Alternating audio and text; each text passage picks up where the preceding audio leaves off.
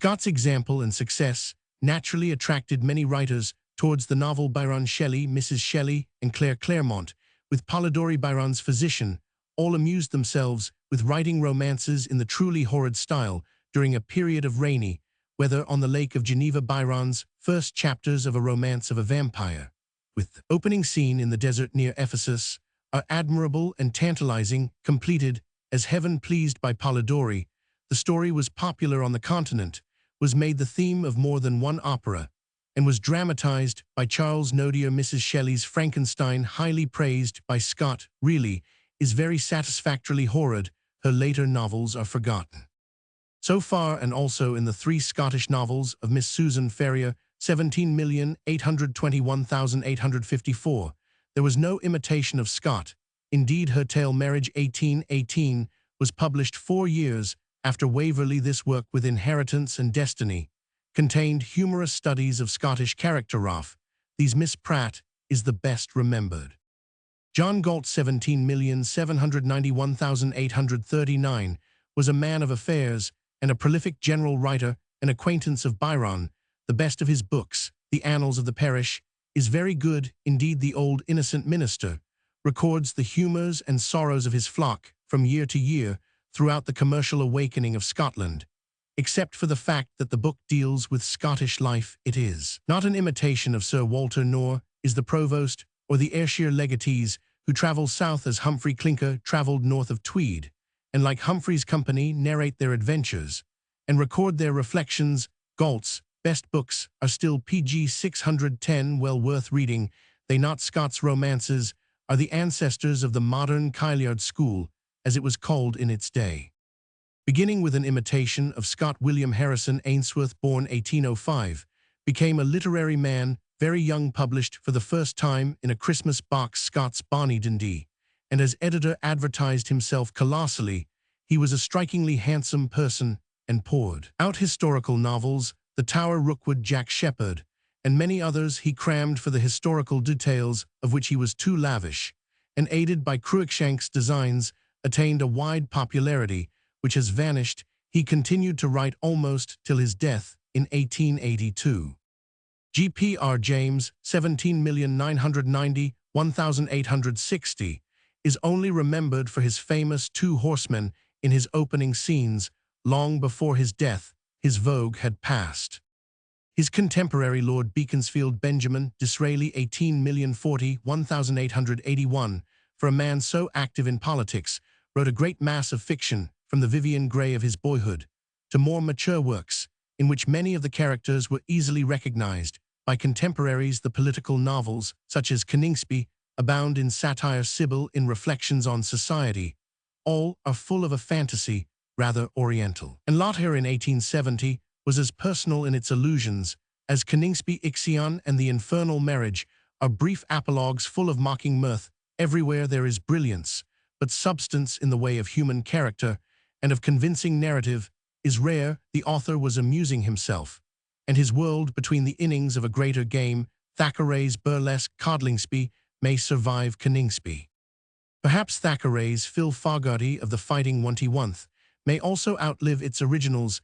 The military novels of Charles Lever, 18,061,872, tales of the camp, the march, and the battle, yet they lose great pleasure who neglect Major Monsoon Mickey Free. And Baby Blake in Lever's Charles O'Malley, the Major, is a jewel of a character. The early scenes at Trinity College, Dublin, and in the Galway of the old days of claret and pistols are admirable, and Lever knew many anecdotes of the Peninsular War to PG 611, which he does full justice. He was in his early years a most spirited narrator, full of humor, with sometimes a cloud of melancholy crossing the landscape, which dwells in the memory. No man could always maintain the high spirits of Charles O'Malley and Harry Lorica, and Lever turned to tales of a more subdued and ordinary kind. One of them, A Day's Ride, A Life's Romance, considerably lowered the circulation of Dickens all the year round, but it will be in a sad kind of world that Charles O'Malley will die. Edward George Bulwer Lytton, 18,031,873, was perhaps, after Robert Chambers, but far more conspicuously, the most versatile man of letters of his age. He entered Parliament very early, before the passing of the Reform Bill, and already he had impressed Scott by his novel Pelham. Sir Walter wrote to Lockhart curious about Pelham, and its author Lockhart replied curtly that Pelham is a puppy, and its author, like Disraeli, certainly aimed at being a dandy, and had ironic pose. Perhaps for this reason Thackeray regarded Lytton as a mass of affectations in thought and style, with his pretensions to classical learning and Neoplatonic lore and mysticism, and his affection for virtuous criminals, as in Eugene Aram. Thackeray's burlesque of Lytton. George de Barnwell was his favorite among his own works, and is a joy forever with its sham history, sham classics, and sham sentiment. When Lytton in a satire attacked Tennyson as Miss Alfred the poet finished the fight in a single round. However, Lytton's novels continued to win admiration, whether they were historical romances. Of these, The Last Days of Pompeii is probably the best of all tales which introduce early Christians, and is still very readable, or whether they were stories of modern life. Zanoni has several times defeated the present writer, but The Caxtons is full of interest. There is no better romance of the supernormal than A Strange Story, and perhaps a kind of sketch for it, The Haunted, and The Haunters is at least as good. The marvels, we may say, are spread too thick, but Lytton manifestly had in his mind the well-authenticated story of Willington. Roman 1099. To the last, Lytton kept changing his manner and working with wonderful freshness in new fields. He missed PG 612, being in the first rank of novelists, and the bloom is very early off the rye of novelists who fall short of that rank. Of Lockhart's novels, though he tried his hand 4 times, once in the unlucky early Christian period with Valerius, only one is read. Adam Blair, a vigorous and gloomy study of the temptation and fall of a Scottish parish minister. Hogg's Confessions of a Justified Sinner is a most astonishing work when once it gets underway, anticipating R. Roman 50. Stevenson's handling O the Terrible in a lonely upland parish. See Thrawn Janet. But if the story is tardy in its earlier chapters, in the later, it rivals not only Stevenson, but Hawthorne. Yet few people can be induced to give it a trial.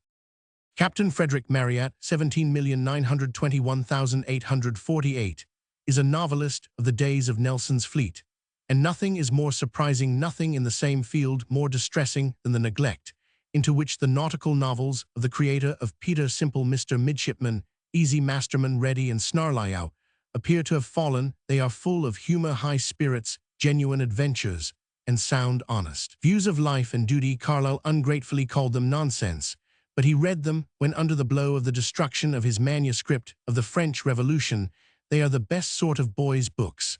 But the inexplicable taste of boys leads them to prefer the works of Mr. Henty to those which their grandfathers read, the books of Scott, Dumas, Thackeray, Dickens, and Captain Marryat. They were not so fond of Michael Scott's Tom Cringle's Log and The Cruise of the Midge, but they did read and shudder over Mrs. Shelley's best novel, Frankenstein. Of infinitely more merit than these novelists are the glories of the Victorian period, Dickens, Thackeray, and Charlotte Brontë. Dickens, a star danced, and under that was he born, might have been the astrological explanation of the genius of Charles Dickens, born at Portsmouth 1812. Explorers of heredity can find no source of the humor and art of Dickens in his father, Mr.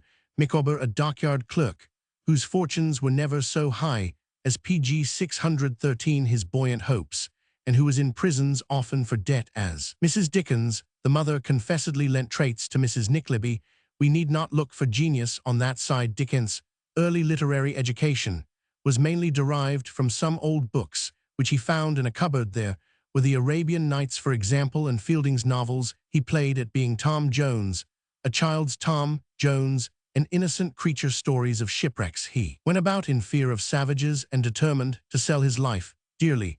In fact, there was plenty of good reading. He seems also to have had a nurse who told stories delightfully frightening. We see many traits of his fantastic childish thoughts and dreams in the early Pip of Great Expectations. There are memories too in Little Dommy and in the infancy of David Copperfield. He was, in short, born with an elfish imagination. Always he retained the primitive habit of giving souls and characters to lifeless things. His power of minute observation was precocious, and he was a dreamer of daydreams till the poverty and negligence of his family sent him to win his tiny wages and choose his own poor meals in the service of a warehouse. All this bitter part of his life made him a close observer of poverty a schemer of expedients, a little man of a child, the improvement of his family's affairs, gave him some rather irregular schooling. It was enough to teach him to draw inimitably well the various kinds of schoolboy, except the cruel bully whom he would have found rampant and abominable at any public school like David Copperfield. He learned shorthand, was a reporter in Parliament, and conceived a contempt for parliamentary institutions. We all know how he felt when his first magazine article was published. In 1836 papers of his appeared as sketches by Bars, and in them his peculiar humor, not without debt to Theodore Hook and other well-forgotten comic contemporaries, is already conspicuous. In 1836, he was asked to write papers of the comic and sporting sort for illustrations of the adventures of a club of citizens. I thought of Mr. Pickwick, he says, and though Mr. Pickwick did not often run, he ran away with Dickens' fancy as Dugald. Dalgety ran away with Scott's the peripatetic Socrates, pg 614, of his younger companions Messrs. Snodgrass, Winklefind, Tracy Tupman. Mr. Pickwick kept on improving as ver piedate gravis chivalrous, as Don Quixote adventurous, as he benevolent and innocent as a child yet dignified, and to be trifled with by no man or cabman. We remember Mr. Pickwick's idea of an attitude of self-defense. The influence of Smollett is on Dickens, as on Fanny Burney. Pickwick is a sequel of Adventures of the Road, and of the inn filled full of the highest animal spirits. Witness the adventure of the lady with yellow culpapers. Some extraneous stories are placed in the middle of the tale, as by Fielding and Smollett. The book is not a novel, it is something better, it is Pickwick. Already like Fielding, and with more pertinacity, Dickens was attacking social abuses, imprisonment for debt, the Fleet Prison, the law as represented by Messrs. Dodson and Fogg, and Mr. Justice Starely. Accidental happy thoughts occurred to him, Mr. Samuel Weller, for one, as the tale went on appearing in monthly numbers, and the author was never much ahead of the printer. This mode of publication is responsible for the length and diffuseness of many of the novels, both of Dickens and Thackeray. The sheets had to be filled, compression and construction could not be attained, and in later works, when Dickens did labor hard to construct a plot, we find it often as involuted and obscure as the plots of Congreve's comedies. Pickwick was an overwhelming success. Dickens found himself famous and entangled in engagements to produce more concurrent fictions than even Scott could have kept up simultaneously, yet his high animal spirits and glowing fancy poured themselves out in Nicholas Nickleby, Oliver Twist, The Old Curiosity Shop, Barnaby Rudge and Martin Chuzzlewit. The American scenes are due to his experiences of the United States between 1838 and 1843. Consider the immense variety, the humor, the crowd of eternally amusing characters, caricatures, if anyone pleases, but the most laughable of caricatures, the Squeerses, the Crummlesees, the Dodger, Mrs. Nickleby, Mr. Pecksniff Bailey Jr., Mrs. Gamp, Mr. Richard Swiveller, the Marchioness, who loves them, not knows them, not pg 615. The melodramatic and pathetic characters and scenes are less universally admired. Ralph Nickleby Monk and Jonas Chuzzlewit rather try. Our belief and all the world does not weep over Little Nell, to say, with R. Roman 50 Stevenson, that Dickens in delineating Little Dommy, Tiny Tim, Little Nell, and Dora in David Copperfield wallowed naked in the pathetic, is to offend many devout admirers. We can take Chaucer's counsel and turn the other page. In David Copperfield, 18,491,850, with the charm of the infancy of David, the pain of his days, in the warehouse, with Mr. and Mrs. Micawber Spenlow, and Jorkins Peggotty, Mr. Dick Betsy Trotwood, and the rest, Dickens reached perhaps the highest mark of his genius in Bleak House, 18,521,853. Despite the Jellabys and Harold Skimpole, he was too much engaged in the work of reform, and trysted with too difficult a plot to reach similar success. The plot of Little Dorrit, 18,551,857, is not readily intelligible. The book was disappointing in A Tale of Two Cities. He won the votes of very many readers who do not care for his lighter works. In Great Expectations, he was himself again, and the plot is the best that he ever constructed. His Pip from childhood onwards is a masterpiece. Mr. Wopsle and Mr. Pumblechook are joys forever, and Miss Havisham, though severely criticized, is not perhaps untrue to nature. or at least to the actual facts of the case on which Dickens worked. Of our mutual friend, it must be confessed that the plot is difficult in Darmy and Son 18,461,840. Dickens appears to have deserted his idea on an important point, as Scott did in St. Ronan's Well, in deference to the wishes of a friend, and the same change seems to have been made for a similar reason in the fortunes of Estella in Great Expectations. In Edwin Drood, written in the last year of Dickens' life, 18,690,1870, when he was outworn by the feverish energy of his nature, and by the fatigues of travel and of giving readings in hospitable America, Dickens at least left an unsolved puzzle to his students. What was the mystery of Edwin Drood? Did Jasper murder him or fail to murder him? Some external and some internal evidence favors the idea that Jasper succeeded, but pg 616, we have seen that Dickens was very capable of relenting at the last moment in this novel as in some of his short stories. Dickens shows that leaning to the supernormal, which he usually kept well in hand, so much indeed, that in his Child's History of England, he treats Jean d'Arc as a conceited, hysterical little prig. Dickens had none of the qualities of a historian and all the contempt of a liberal of his day for the Middle Ages. He was not a man of much bookish knowledge. He was a unique genius, presenting as in a magic mirror worlds that appeared to himself alone, but that all were rejoiced to see as he saw them. He did not see the world of society as others see it who live in it. He avoided it. But then what world did he see as other people do? Other worlds he beheld with more sympathy indeed, but all things presented a kind of fantastic vividness in that enchanted crystal of his imagination that some of his mannerisms are vexatious. Is not to be denied that there are moments of want of balance, of excitement, born of fatigue, of breaking into unconscious blank verse. In the great mass of his work is too manifest. In his letters we see the causes and occasions of these defects, but it is ill work in so brief a sketch to find faults in the productions of a genius so unique that it has in our literature no parallel, and can never be an example. Dickens had imitators, but he could not found a school. He was the only bars. His defects were perfectly visible to the critics of his own day, who did not spare them, but the world did not suffer its pleasure to be darkened by the spots on the sun. We flatter ourselves that Dickens is peculiarly English, and so he is in his idealization of Punch and other creature comforts, yet he is remarkably popular even in translations among the French, and by the Poles he is among our authors the most admired. Thackeray. It has been the lot of Thackeray to be constantly pitted against Dickens, like Gray against Collins and Browning against Tennyson. People have taken sides for one or another, as taste and fancy led, for they were contemporaries, they were novelists, humorists, satirists. But while Dickens, like the minstrel of pg 617 Odysseus, was self-taught, and was never a man of books, Thackeray, born at Calcutta in 1811, was educated at Charterhouse, and with Tennyson at Trinity College, Cambridge, where his career was not unlike that of his Arthur Pendennis, though he took no degree to Thackeray. Charterhouse was what Christ's Hospital was to Lamb, a constant, rather rueful memory, a memory, in Thackeray's case, of fagging fights. In one he received an honorable scar of idleness, storytelling, rhyming, caricaturing, and of the classics stupidly taught.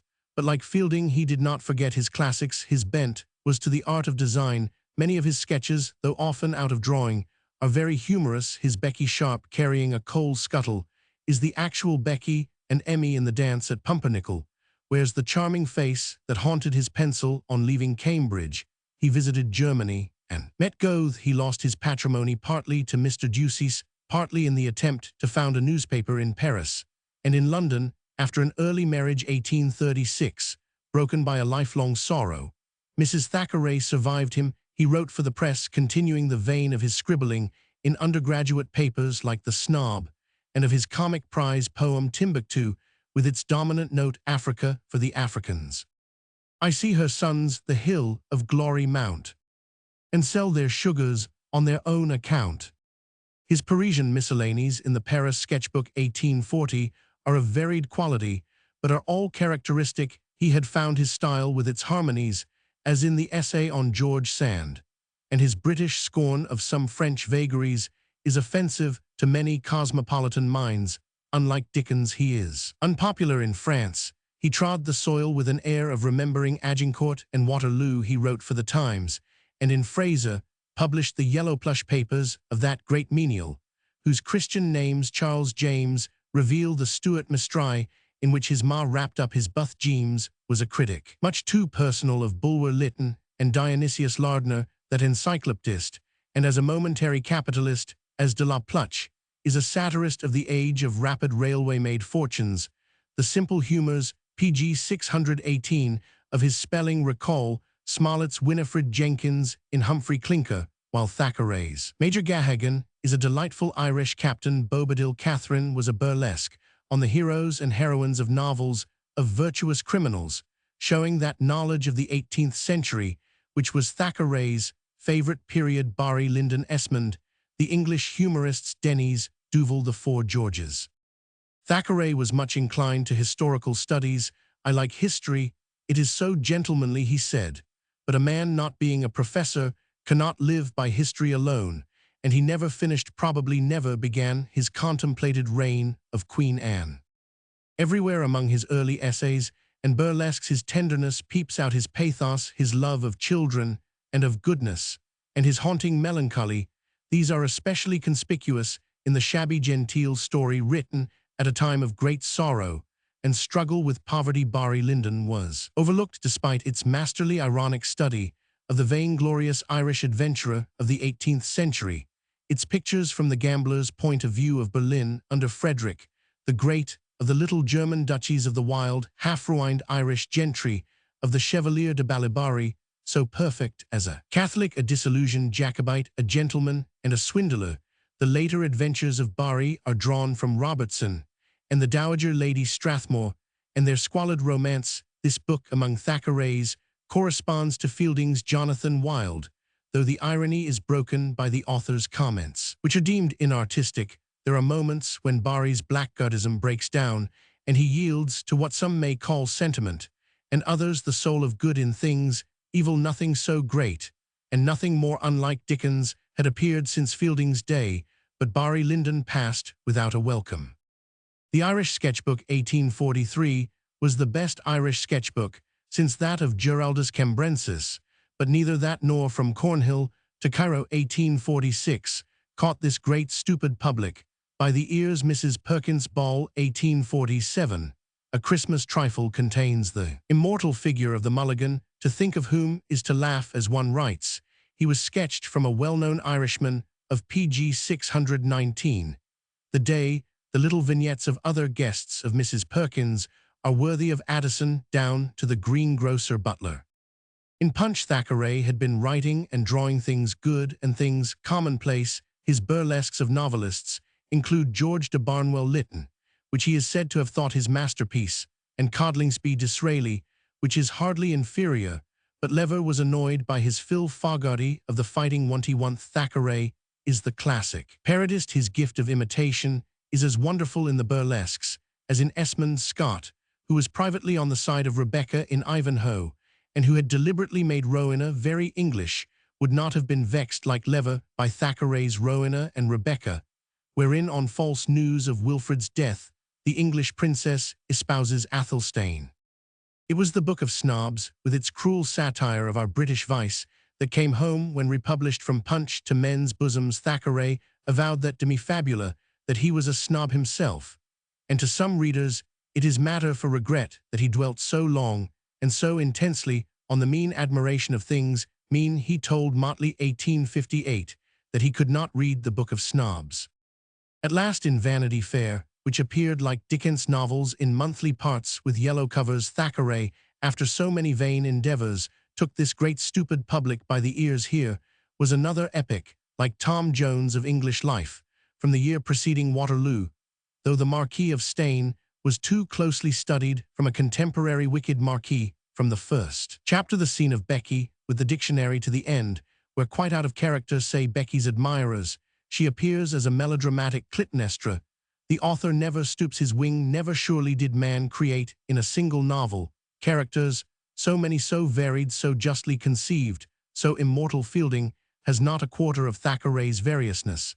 does not see so wide a vision of life. Think of them, all the Crawleys, the two Sir Pitts, Rawdon Ammo, Rawdon Jim Crawley, Miss Crawley, the old patrician Whig and skeptic, the two Osbornes, the little boys Osborne Roman III, and little Rawdon Mrs. PG 620, O'Dowd the sponging housekeeper, Mr. Wenham Ensign Stubble, Lord Steyne, the Mrs. Pinkerton Briggs, Waterloo Sedley, the Belgian courier Glorvina, the Lady Berriacress. Catalogue is endless. Dobbin is as good as that honest gentleman can be made. We can only say that Thackeray's good women are not at once as human and as angelic as Fielding's Sophia, and Amelia Emmy is not clever. Emmy can be jealous of vice, from which Mrs. Rawdon Crawley is nobly free. The nearest woman to Sophia in Thackeray is Theo in the Virginians, but Sophia is a paragon. Thackeray was now by no fault of his set up as the rival of Dickens, whose works he constantly praised in season and out of season, in public and in private. But as every man is born an Aristotelian or a Platonist, a Whig or a Tory, so men are born to take one side or other about the great twin brethren of English fiction. In place of admiring and enjoying both, each has his masterpieces: Dickens with Pickwick, David Copperfield and Great Expectations, Thackeray with Vanity Fair, Esmond, the Newcomes and Pendennis, that admirable but lengthy picture of the life of school, of the university literature and society, and of Mr. Henry Foker, bears traces in discrepancies and fatigue of a severe illness, which affected the author's memory of part of the tale, as a malady swept from Scott's the whole of the Bride of Lammermoor.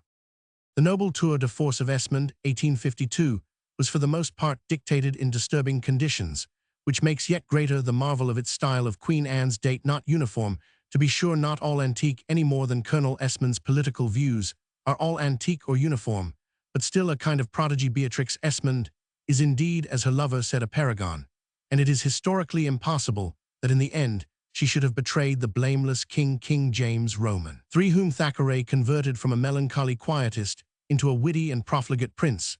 There was no Queen. Oglethorpe Scott never took this kind of liberty with an historical character in fiction, and Thackeray rivaled Scott's other licenses by making the Duke of Hamilton an unmarried man, but nobody thinks of these things. PG 621, when Esmond admits him into the society of the Augustan age, and when Bolingbroke hiccups about Jonathan's readiness to command the fleet. The Newcomes, 1855, revived the public taste for Thackeray. The public did not, it is said, quite understand Esmond. Like all novels published in parts throughout 2 years, The Newcomes is too long and has its languors, but everyone wept over the good Colonel loathed. The campaigner delighted in Fred Bayham, wished to beat Barnes Newcome on the nose, was afraid of Lady Q, side with Clive, was more or less in love with Ethel, and was anxious, vainly anxious, to see no more of Laura Pendennis, an angel perhaps, but a recording angel. At Rome in winter 1853, Thackeray, to amuse some children, wrote The Rose and the Ring, a classic of the nursery, of the schoolroom, and of the grown-up. He who writes was a child in 1855, and to him Bulbo heads off, King Valoroso, and the Countess Gruffanuff, with the usual contrasted heroines, Angelica and Rosalba, were not dearer then than they are now. Even then the equation was plain. Angelica, Rosalba, fair, and Becky, Emmy, dark and false. Blanche, Amory, Laura, true and Rowena, Rebecca, tender. Thackeray's naughty women are fair and false, his good women are dark and true and tender. The novelist's is a dreadful trade. He has to raise ever new crops from soil more or less exhausted. Dickens had his Dami, his Little Dorrit, his mutual friend, and Thackeray had his Virginians, the grandsons of Colonel Esmond, with their kinswoman Beatrix Esmond, fallen into an old age of cards and rouge and powder. Beatrix, for her beauty's sake, should have been translated, like the fairest woman of the ancient world, Helen, to the plain Elysian.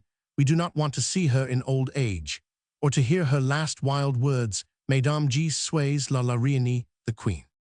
The Virginians is full of excellent things, wonderful studies, PG 622, of the later 18th century, and Harry is a deal brave, stupid lad, and George is a sardonic, melancholy descendant of Colonel Esmond, an ancestor of Stunner Warrington in Pendennis, and Will Esmond and Chaplain Sampson are worthy of Fielding, but the author was tired after Vanity Fair. He was always tired, and the book has barren expanses and languors. The Virginians, he said to Motley, is devilish stupid. But at the same time, most admirable Thackeray's health was worn out as a change of work he founded, but soon wearied of editing the Cornhill magazine, was at his lowest level in Lovell. The widower was so weary in Philip that he styled the hero Clive by inadvertence, though he endowed his clumsy Philip with one of his best women, Charlotte. He ventured into melodrama, which he liked, but could not write well, yet his roundabout papers show that he was as an essayist equal to his younger self. His Denis Duval seemed to promise a return of his genius, but Christmas Day 1863 was a black Christmas, for the author had died suddenly and alone in the night of Christmas Eve. He had a great faculty of enjoyment, a generous heart sorely tried a melancholy that was not causeless, immense kindness and love of the young. In short, the character in these respects of Molière and of Charles Lamb. Let us confess that he was unjust to Becky Sharp and Beatrix Esmond, but he had a Shakespearean tenderness for his rogues, and having conceived the draconic design of hanging Colonel Altamont, he respited that bold adventurer. From boyhood he had his own originality of style. In the cultivated town of Highbury, my father kept a circulating library, are boyish lines of his, and we recognize him even there, beginning to be what he is in his book of ballads, so various, so merry, so melancholy, so fresh, as they are, though the influences of the prose of Queen Anne and of Fielding help to form his style. It is entirely his own, with the blended accents of his own humor and pathos and harmonies, before unheard exquisite passages of verbal music. Page 623. The Bront Sisters. Concerning the Bront sisters, much mainly personal has been written in proportion to the amount of their works. Their novels, especially those of Charlotte Jane Eyre, Shirley Villette, the Professor, seem like the extraordinary and almost automatic products of their parentage and surroundings. The father, the Rev. Patrick Prunty or Bront, was an Irish Protestant of County Down who, after struggles with circumstances, was educated at St. John's College, Cambridge, and took holy orders. His Protestantism and politics were those of an Orangeman. His hero, who could have a better, was the Duke of Wellington, and he was addicted to the composition of verse. His wife, a Cornish woman, was of feeble health and died after giving birth to 6 children, 2 of whom, Maria and Elizabeth, died in early youth.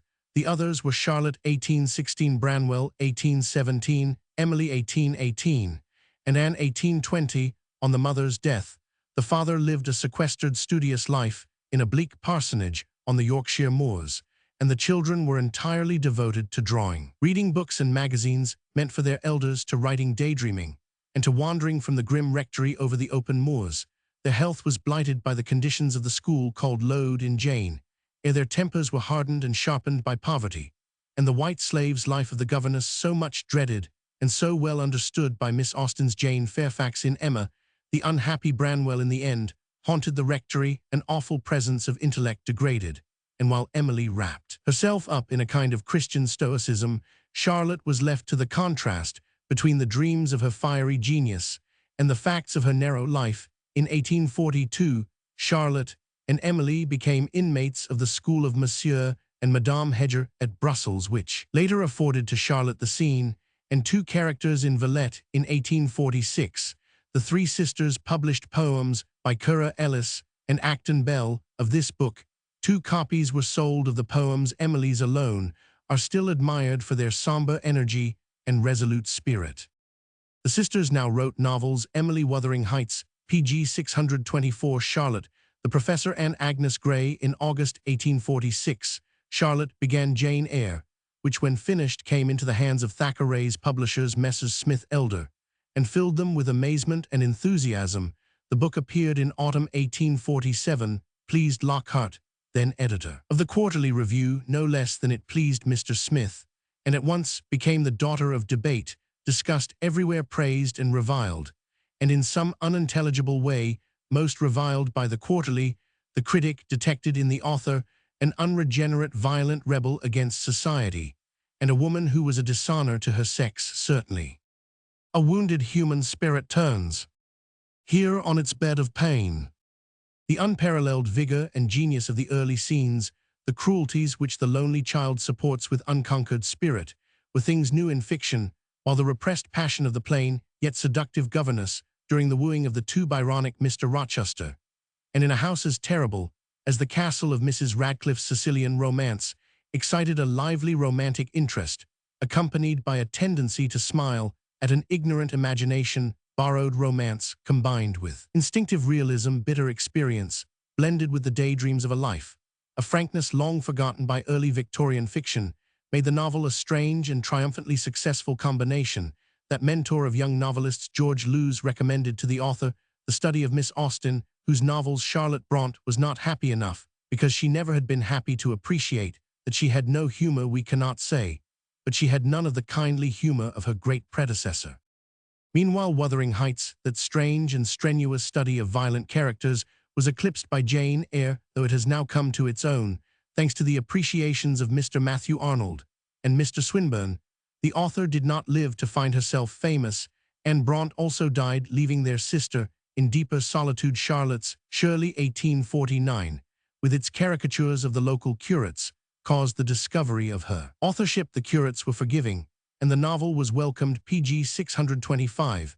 Miss Brontë visited London a shy and tameless lioness, and met Thackeray, whom she had regarded as a Saul among the prophets, and discovered to be something rather different. Her shyness permitted her to rebuke him in good set terms, but blighted his guests. Her last novel, Villette 1852, with romantic situations, is a record of her personal experiences. Brussels, unfortunate for her hosts, and a cause of much gossip and personal discussion, the book is not destitute of the hungry bitterness which Matthew Arnold detected and disliked, and we ask how in the nature of things it could be otherwise. Her experience had been narrow, atrocious, and on her experience, and from her experience she always drew. When she did not borrow from her daydreams in life, she did not find the love of which she dreamed. In 1854, she had rejected several other suitors. She married the Rev. Mr. Nishalls, her father's curate, and died in the following year. Her life, her character, and her books were one, and were unique. This little Jean d'Arc, as Thackeray called her, this eager rebel, an ardent Tory, broke into the placidity of the contemporary novel, and opened a pathway unto many who had little or none of her genius. The best estimate of the Brontës, clear of, and contemptuous of trivialities and gossip, is in French Les Sœurs Brontë by the Abbé Dimnet. Nathaniel Hawthorne. The end of all that Greeks and Trojans suffered for Helen's sake was that there might be a song in the ears of men of after times in the view of the interests of art, and in no other. The end of Puritanism in New England was to inspire the novels of Nathaniel Hawthorne, 1840–1864. He was more certainly the classical author of American fiction than either Thackeray or Dickens is. In England, they were prodigal of their genius, giving as rich men give who care not for their gifts, or if you please as poor men when the printer's devil is at the door, even as did Sir Walter, who never thought about art, but Hawthorne hoarded his inspirations, and when he used them, gave them in the best form which was within his means. The inspiration was always moral and usually bizarre. In his published notebooks, we see his method. He conceived some strange situations. Over some of these he brooded, till the characters disengaged themselves. PG 626, and lived before his eyes, and worked out their weird under stress of sin and remorse. He thought of the effect of a sudden homicidal act on a character, gay, innocent, and fawn-like, and we have Donatello in the Marble Faun, or Transformation. He thought of the amour of a Puritan preacher, like Lockhart in Adam Blair, and the idea grew into the Scarlet Letter. He thought of the beautiful poisonous girl, an old legend, and we have Rappaccini's daughter, the Puritan sense of sin, and the old New England sorrows of the witchcraft trials, and the shadows of the woods, and the fear of the Indians, among whom Macle John Gibb, a Covenanter, who went too far even for the Rev. Mr. Cargill, was a great medicineman, dwelt in his imagination. He felt acutely, though not a man of religion, the horrors of the Genevan Creed, which did not make the people who believed in it more unhappy than their Episcopalian neighbors. They were accustomed to the doctrines which horrified Hawthorne's contemporaries in America, and like the Black Laird of Ormistown, hanged for Darnley's murder, and richly deserving to be hanged for his daily misdeeds, they saw their way out of a doom of eternal fire, which Hawthorne supposed them always to anticipate. Nervousness had not set in. The climate had not produced its effect on the sturdy Puritans of New England. By Hawthorne's time, the climate had produced its effect, and he brooded blackly over what his ancestors should have felt but did not feel. The Black Laird of Ormistown had only to convince himself that he was of the elect as he did, and death to him meant, as he said, that he should sup that night in paradise. Not understanding this buoyancy of temperament, Hawthorne dwelt on the horrors which he supposed his ancestors to have fed full of, and in his stories expressed his emotions in terms of imperishable art, though he had no theological basis. He remained a Puritan, he to whom beauty was everything. Talked of the squeamish love of beauty in Europe. He is said, like an excellent pope, who had tin aprons made for the classic nude figures of Greco-Roman sculpture, to have been horrified by the innocent nudities of ancient art. They had never seen anything so improper at Salem, Massachusetts, a decaying seaport where he was born and lived for 14 years, after taking his degree PG 627 at Bowdoin in 1825. Here, he wrote short tales with little acceptance, and he did not till 18,491,854 publish his best-known novels, The Scarlet Letter, The House of the Seven Gables, and a result of a stay at a peaceful and purely amateur socialist settlement. Brook Farm, The Blithedale Romance, his Tanglewood Tales from Greek myths, in which Hermes is called Quicksilver, at first repel, for obvious reasons, but in fact and on reflection have much charm, and with Kingsley's the heroes ought not to be neglected by parents and guardians, but rather placed in the hands of children, though some amateurs may prefer The House of the Seven Gables, haunted, as it is, by the blood which chokes the justice, and a little enlivened by the dusty humor of Hepzibah, a decayed gentlewoman, and pervaded by the pretty charm of Phoebe. The Scarlet Letter is probably Hawthorne's masterpiece. It may be, and has been denied by specialists, that the hectic and craven Rev. Mr. Dimmesdale could possibly have been the father of the elf-like child Pearl, but these are oppositions of science. Falsely so-called Hester's avenging husband may be in conception Dickens-like, but the treatment is far from suggesting Dickens. While The Passion of Hester is a masterpiece of poetical fiction, knots may be sought and found in any read of fictitious narrative, but The Scarlet Letter remains in its human characters, and its dim lights, in its purposeful limitations and hints at something unrevealed, a masterpiece of romance written under classical conditions.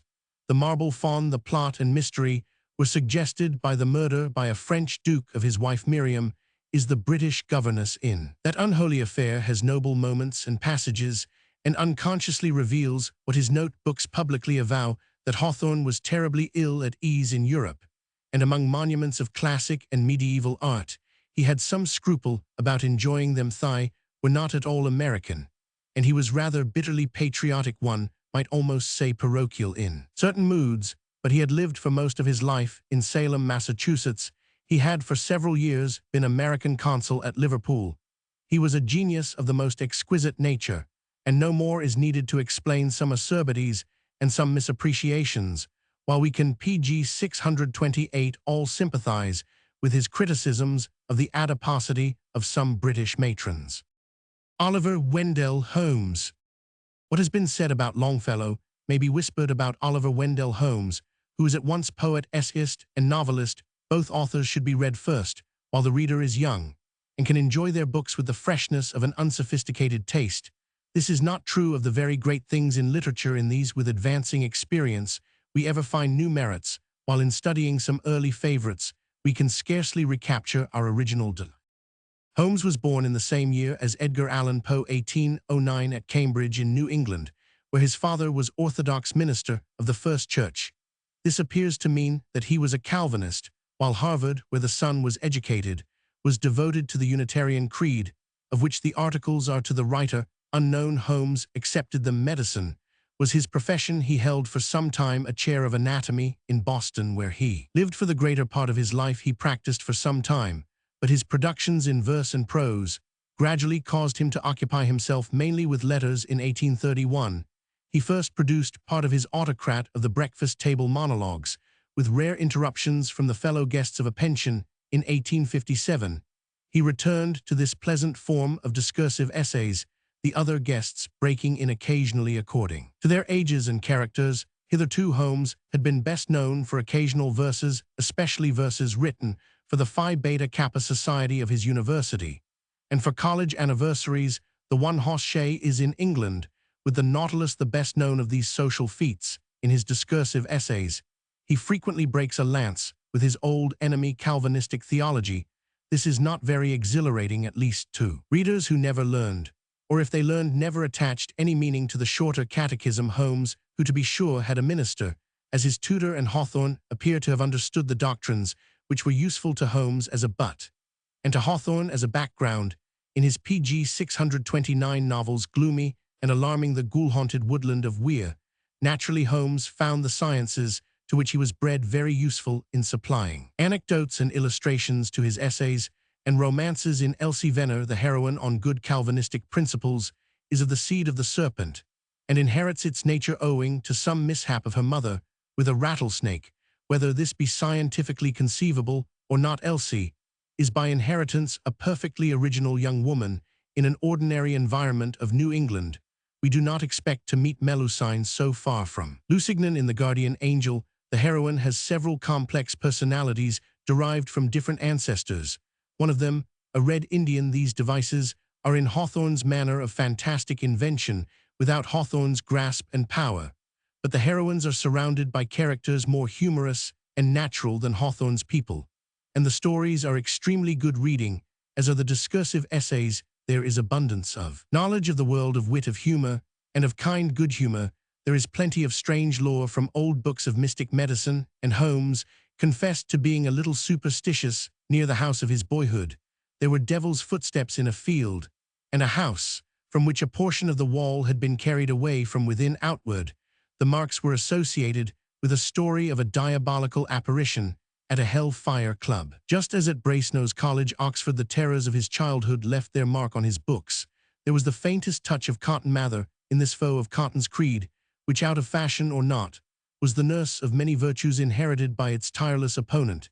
His enduring fame rests on his Autocrat and other essays. No man in England, said Thackeray in 1858, can write with his charming mixture of wit, pathos, and imagination. Charles Kingsley. Charles Kingsley, 18,191,875, was a novelist by way of bywork, and had intellect and energy which might have found for themselves other fields. Born 30 years earlier, he might have distinguished himself under Wellington or Nelson.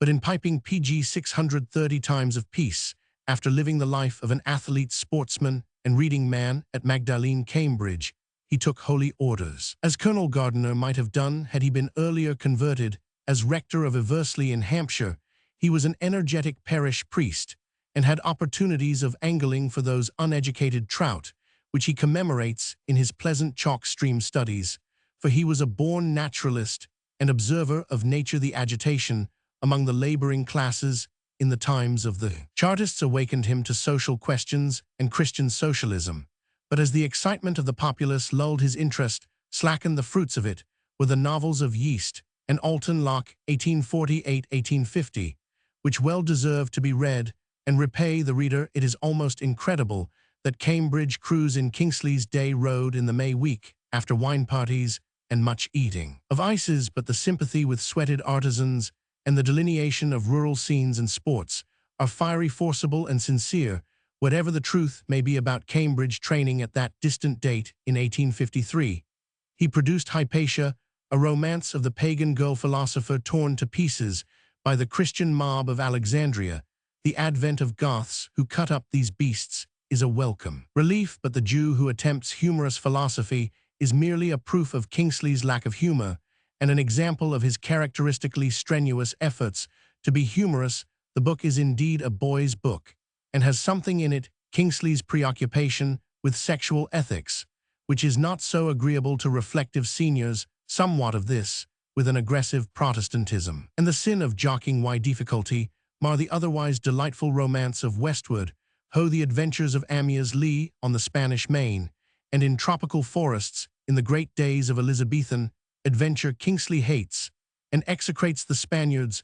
We have ourselves exterminated some savage peoples and nearly exterminated others, and have no right to throw the first stone at the Spanish conquerors in America. Odious beyond words, as their dealings with Aztecs and Incas were, while the Privy Council under Cecil could give points in cruelty to the Spanish Inquisition of the day. But the boy who reads, or ought to read, Westward Ho! Has none of these chilling reflections, nor had Kingsley. PG 631, taking the facts as Kingsley saw them in the Old English way. The novel is a superlatively excellent romance of English virtue and valor, and there is no doubt as to the valor, and the adventurers had no doubts as to their own virtues. The whole is the work of a poet for a poet, Kingsley Wasand, of a patriot sympathizing with Drake's England in the crucial trial, whence she emerged a victor, where are the galleons of Spain. 2 years ago, a novel of the Crimean War must take its chances with the historical facts, and in Hereward the Wake, the bloodthirsty hero, despite the glory of his final fight, which rivals that of the brave Bussy, or of Grettir the Strong in the saga, in places awakes the smile even of the reflective schoolboy, to whom, however, it may be recommended, The Water Babies is not always defective in humor, and would be excellent as a tale for children, were it not for satire directed at the parents of the period. The heroes initiate the young into the glories of the romance of minions and minones, and can only be spoken of by those who read it in early boyhood with entire gratitude and the remembrance of delight. Indeed, no one who has read Kingsley after the age of 16 is a fair critic of an author who, like our Roman 50 Stevenson, was always at heart a boy. To appreciate him, we must put away grown-up things, while as to his verse, his songs and ballads, in Andromeda, 1858, and even his hexameters deserve immortality, he was not fitted for the chair of history at Cambridge.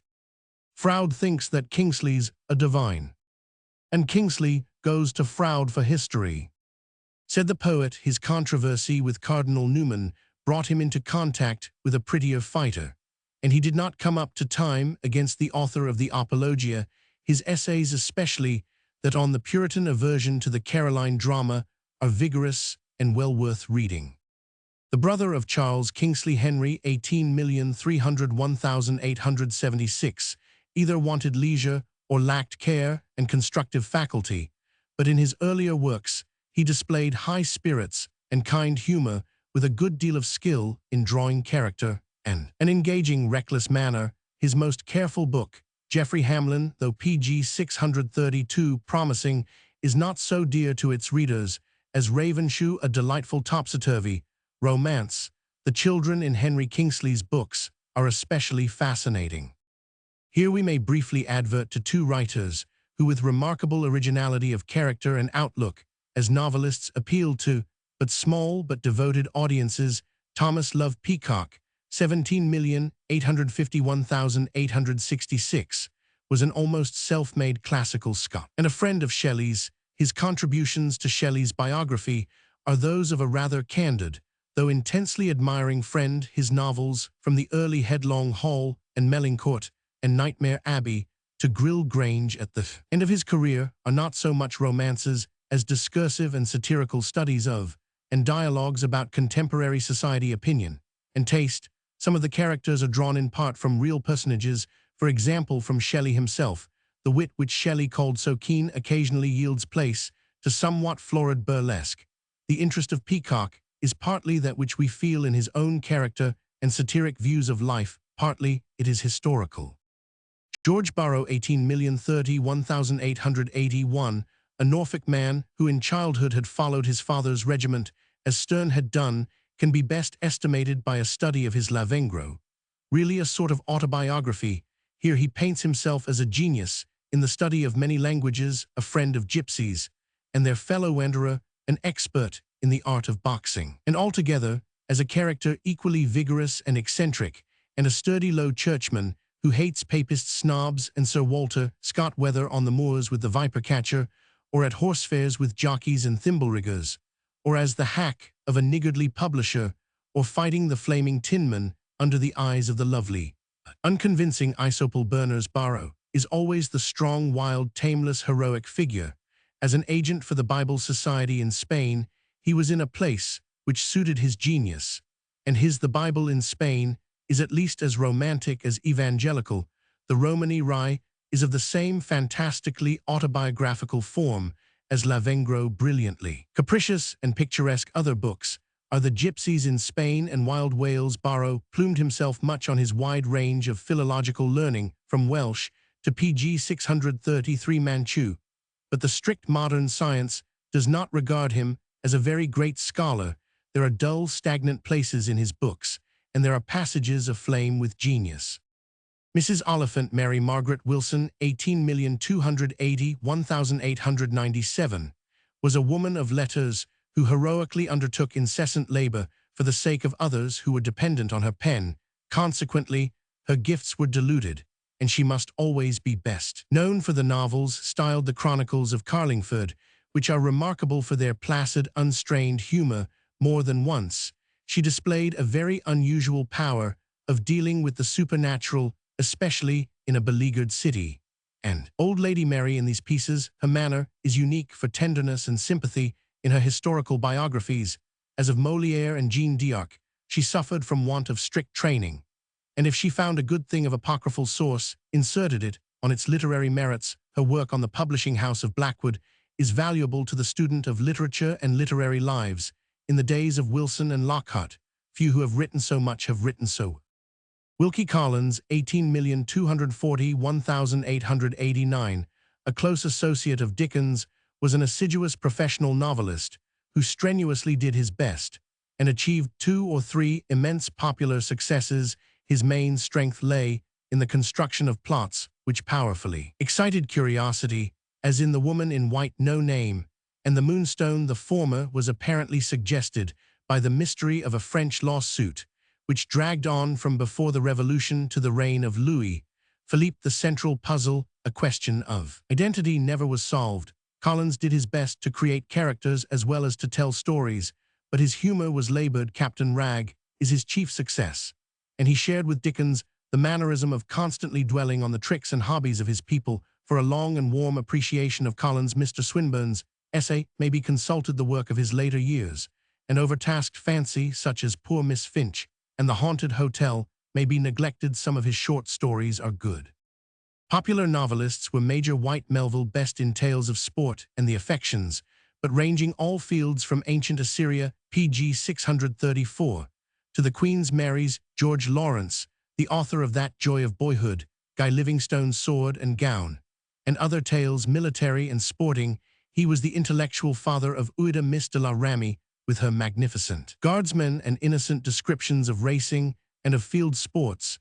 She was for long very prolific and very popular. She lashed the vices of society and was the constant friend of animals. Gorgeous is the epithet that may be applied to her style, and humor did not enter into her genius, which may be called heroic in the manner of the 17th century tragedies. James Payn, on the other hand, had almost too much humor for the purposes of a novelist. Accompanied by the most delightful high spirits, these would have interfered with the success of his novels, from Lost Sir Massingberd onwards, in which he provided the public with highly wrought melodrama style of the serious characters being heroic. In a high degree had the public perceived that he was laughing in his sleeve, but his domestic sentiment and his spirited heroes and heroines carried the serious reader on. While light-hearted readers were convulsed with laughter, his best novels proper are perhaps by proxy, and halves. He was one of the best and kindest of men, and most hospitable as editor of the Cornhill magazine to the work of younger authors such as Mr. Stanley Weyman and R. Roman 50 Stevenson. The John Inglesant of Mr. Shorthouse, a dignified and thoughtful novel of the Great Rebellion, which had a resonant success. Mr. Payn declined when it came before him in manuscript. He also took no pleasure in the works of Shyless. George Meredith. George Meredith, novelist and poet, was in his literary fortunes a somewhat mysterious power, a somewhat thwarted force. His early novels, the comic Oriental Tale of the Shaving of Shagpat, The Ordeal of Richard Feverel, Evan Harrington, Rhoda Fleming, were full of humor, wit, pathos. The charm of Love's Young Dream were peopled by delightful heroines, whose heroes were appropriate brave, and not too staid. Rose, Jocelyn, Lucy, the Countess, the Dark Rhoda, Fleming, the beautiful pg 635, hapless Dahlia. Certainly, very young readers in those old days of the early 60s were in love with them. Thought the aphorisms of the Pilgrim's script the acme of witty wisdom, rejoiced in Mrs. Barry, as in The Nurse of Julia, delighted in the hypochondriac hippie, and in Adrian, the wise young man, nearly shed tears over Claire Doria Forey, who let concealment like the worm the bud feed on her damask cheek, admired the glorious Mel, laughed sympathetically over Algernon, the young fool, and his Derby Day, and generally were a most favourable public, but the general public was unfavourable. Meredith's Evan Harrington nearly ruined. Once a weak Evan aided by Charles Keane's designs, it was a failure, and the editor had to call in Shirley Brooks with the silver cord, which no man remembereth perhaps, except him, who writes those early novels were not obscure even. To the reading boy, the wit was net too subtle and alembicated or too profuse, the humour was English beer, and cricket would provide was pathos comedy character in abundance. But the novels did not appeal to that happy reading public, which had still Thackeray and Dickens and George Eliot for the thoughtful, and Miss Braddon in the full flush of her early genius, for all who liked a plain tale, well told, a humorous melodrama, such as The Doctor's Wife. Or while Mrs. Henry Wood poured forth romances that deans and princes and everybody could appreciate, it is said to be a fact that Her Majesty Queen Victoria took pleasure in Mrs. Wood's novels, and it is quite certain that another lady believed by many to be the great-granddaughter of Charles Roman III, better known as Prince Charlie, shared the royal taste. Possibly this competition caused Meredith's grace to be hid. Possibly curious as it may seem, he was best appreciated by readers in extreme youth. This is probably the truth, for in much later years, the writer has seen quite unaffected young girls absorbed in the egoist or Diana of the Crossways, while he, after gallant efforts, was defeated by both in a very early round, tripped up on every page by the leg of Sir Wilfrid. The egoist too much seemed to be made of that limb, but with the egoist, which is doubtless a triumph in wit and knowledge of PG 636 human nature. As such, it was rapturously hailed by R. Roman 50. Stevenson. Meredith's fortunes turned the enthusiasm of young critics at last, communicated itself to the more cultured public, and to the public which wished to seem cultured a lucrative circle.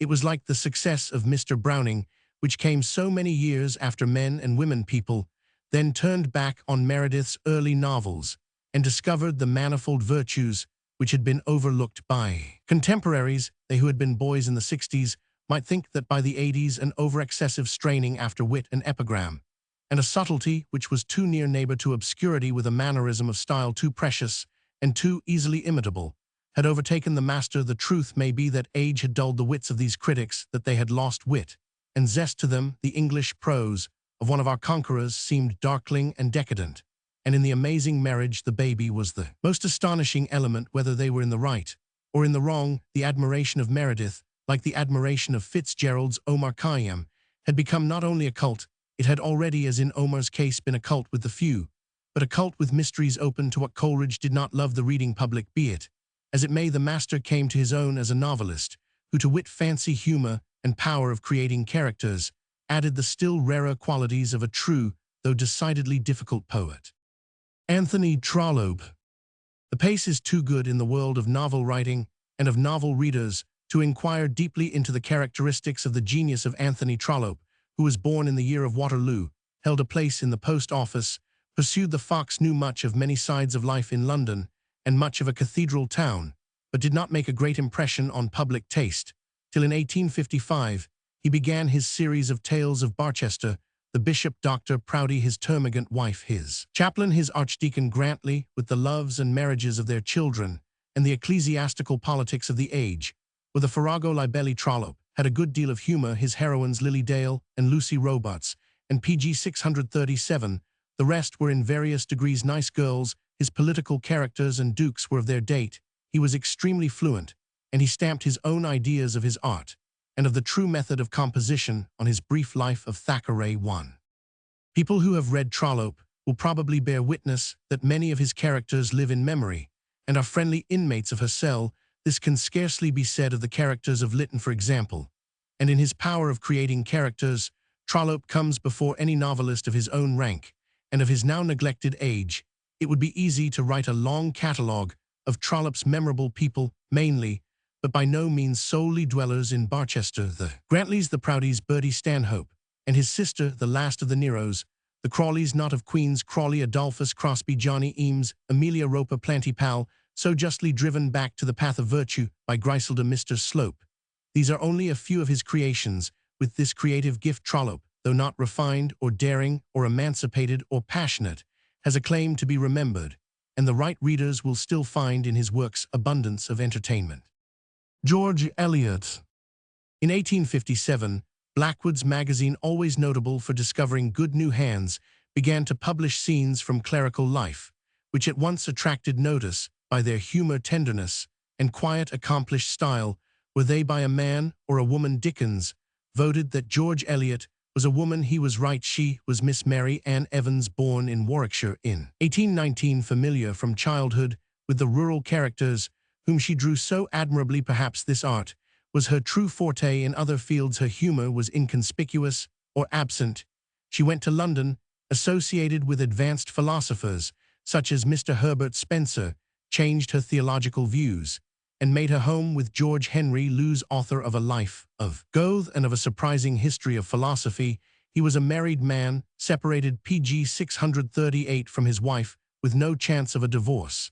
And he was the constant mentor of the new novelist, though his own essays in the art of fiction were absolute failures. In 1859, George Eliot made a very great success with Adam Bede, which to the merits of her scenes from clerical life added a plot and a story of a not heartless seducer who fights and is knocked out of time by a hardy carpenter, his rival, the hero. The little victim, Hetty, is like a more heartless Effie Deans, and her crime not committed by poor Effie caused many sympathetic tears. The Jeannie Deans of the story is a female preacher with considerable strength of character. The Mill on the Floss, which followed, is excellent in the humorous parts, and the heroine Maggie Tulliver is delightful as a child, less interesting when she falls in love with a distasteful admirer. Silas Marner, a much shorter, is perhaps a still better tale, and marks the central period of the author's genius. In Romola, 1863, story of the Florentine Renaissance, the author was out of the environment which she knew, and was thought to be too moral and didactic. In Middlemarch, her heroes were to men distasteful, and they preferred her pretty to her noble heroine, while Mr. Casaubon of the Key to all mythologies was held to be too closely studied from the life. Daniel Deronda was very long, and a kind of scientific jargon had been taking the place of the old rustic humors.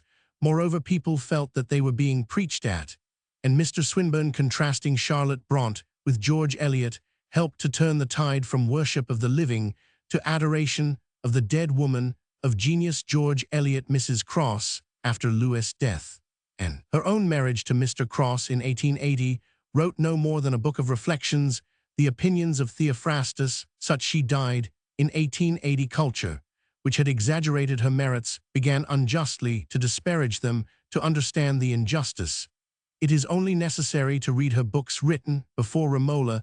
There has been no better novelist since the death of Dickens. Robert Louis Stevenson. To Robert Louis Stevenson, 18,501,894, no one who found his works were sympathetic will deny the title of a man of genius. pg 639. It is unnecessary to dwell on the details of his life. The essence of them is to be gathered from his own essays and from his published correspondence. From his earliest childhood, his health was so unstable that he appeared to live on his astonishing intellectual and moral energy, rather than on his physical basis. His education was casual and frequently interrupted by recurrent maladies. From childhood a dreamer of dreams and teller of tales, he educated himself by study of great models, mainly in Old French and English. In the formation of style and the choice of words, his contributions to magazines, essays, and short stories revealed the last successor of the school of Lamb. And Hazlitt, a scholar with a philosophy of life of his own, the philosophy of youth, see the essays collected and published in Virginibus Puerisque, 1881. Familiar Studies of Men and Books, 1882. At the same time, such brief tales of his as A Lodging for the Night and The Sire de Malétroit's Door and Thrawn Janet in periodicals proved him to be a master of romance, and a master with a thorough understanding of historical characters surrounding superstition, and the power of communicating the ancestral thrill of superstition. His interest in history was intense and sympathetic, and was even a danger in his path, as he would willingly have engaged himself in that unpopular study. But he was, as Johnson told Boswell, that he was longer a boy than other people, and in 1878 he wrote for an obscure periodical, The New Arabian Nights, a fantasy of humor and of perilous adventure in spirit of mockery. Like his own young man, With the cream tarts in 1881, in a boy's paper, he wrote Treasure Island, a story meant for boys, but delightful to a critic so little apt to notice his juniors, as Mr. Matthew Arnold Prince Otto, 1885, is a court romance of the 18th century full of brilliant passages, but confessedly written and rewritten again and again under the influence of George Meredith in 1886. The Strange Case of Dr. Jekyll and Mr. Hyde, a fantasy not uninfluenced perhaps by Edgar Poe, but rich in his own philosophy, humor, and style, at last captured public attention, caused a new shudder, and was rapturously welcomed as a moral allegory from the pulpits of all denominations. The story, or at least the mechanism of the PG 640 story, came like Kubla Khan to the author in a dream. What is probably his best novel, without a woman in it, Kidnapped, was suggested by his studies of Highland history. After 1745, it was planned on a much larger scale, but now, as sometimes occurred, the pen simply dropped from the author's hand. In one of his many maladies, such studies of Highland and Lowland character, as he gave in Kidnapped, though the evil uncle is, in his own phrase, too steep, are only equalled or excelled in those of Sir Walter Scott, while the pictures of Highland and Lowland life and society at a period, just after Culloden untouched by Scott, are historically accurate. The same period is again viewed in that bitter study of almost insane fraternal hatred, The Master of Ballantrae, 1889, supposed to be narrated by a loyal servitor who is also a constitutional coward. There is little relief in this romance, except that which comes from one of Prince Charles' Irish officers. Inimitable Chevalier Burke, in 1893, appeared Catriona, the sequel to Kidnapped, in which for the first time, except in the exotic Prince Otto, and in a short story, The Pavilion on the Link, Stevenson introduced the love interest and drew an admirably chivalrous and amiable heroine, Catriona herself, with her even more attractive foil, the daring and dominating Barbara Grant. Alan Breck, in this sequel, is worthy of himself in Kidnapped, and James Moore MacGregor is a masterly historical portrait. The Wrong Box, 1889, is a humorous fantasy somewhat in the manner of the New Arabian Nights, with many scenes which provoke laughter unquenchable. The Wrecker, 1892, is rich in reminiscences of the author's youth in Paris and of Fontainebleau, and the plot up to a certain point strongly excites curiosity, but despite the brilliance of some oceanic adventures, the story is not well constructed, and is rather disappointing. The Ebb Tide, 1894, was spoken of by author as his blooming failure, for his colloquial style was not classical. Too, St. Ives, 1897, left unfinished, and completed by Sir Arthur Quiller Couch, shows signs of fatigue, but the fragment of Weir, PG 641 of Hermiston, in which his foot is on his native heath, gave all promise of a masterpiece in its many delineations of character. In all his work, in whatever kind the charm of his style, accompanied the reader like the murmur of a burn that runs by the wayside. Of his verses, A Child's Garden of Verses, 1885, is the most like himself. A few of his serious poems in English have noble effects, but perhaps the best of his poems in the Lowland vernacular are to be preferred. His plays, written in collaboration with Mr. W. E. Henley, were too literary, or for some other reason were unsuccessful on the stage. Deacon Brodie, Beau Austin, Admiral Guinea. When we consider the great variety of Stevenson's works, their wide range, their tenderness, their sympathy, their mastery of terror and pity, their gloom and their gaiety, when we remember that his sympathy and knowledge are as conspicuous in his tales of the brown natives of the Pacific, the beach of Failsa, as of Highlanders and Lowlanders, and the French of the 15th century, we can have little doubt concerning his place in literature. Minor novelists. Among other novelists not hitherto named, the author of Charlotte Brant's biography, Mrs. Gaskell Niece Stevenson, was born at Chelsea, but lived and married in Manchester, and in 1848 rendered the life of a manufacturing population, with their strikes and grimy lives, then a new theme for fiction in her story of Mary Barton, 1848. Her Cranford, 1853, in a very different field, pictures the placid existence of maiden ladies in a quiet village, her Sylvia's lovers north and south, and her delightful unfinished wives and daughters, 1866. The author died in 1865. All deservedly hold their place among the classics of our fiction. With them, A Little Clan would place novels unjustly forgotten, The School for Fathers by Talbot Gwynne, and The Initials by the Baroness Totfuss. Charles Reade, 18,141,884, was a very prominent and emphatic character of his age, a kind of Lawrence Boythorn engaged in fiction.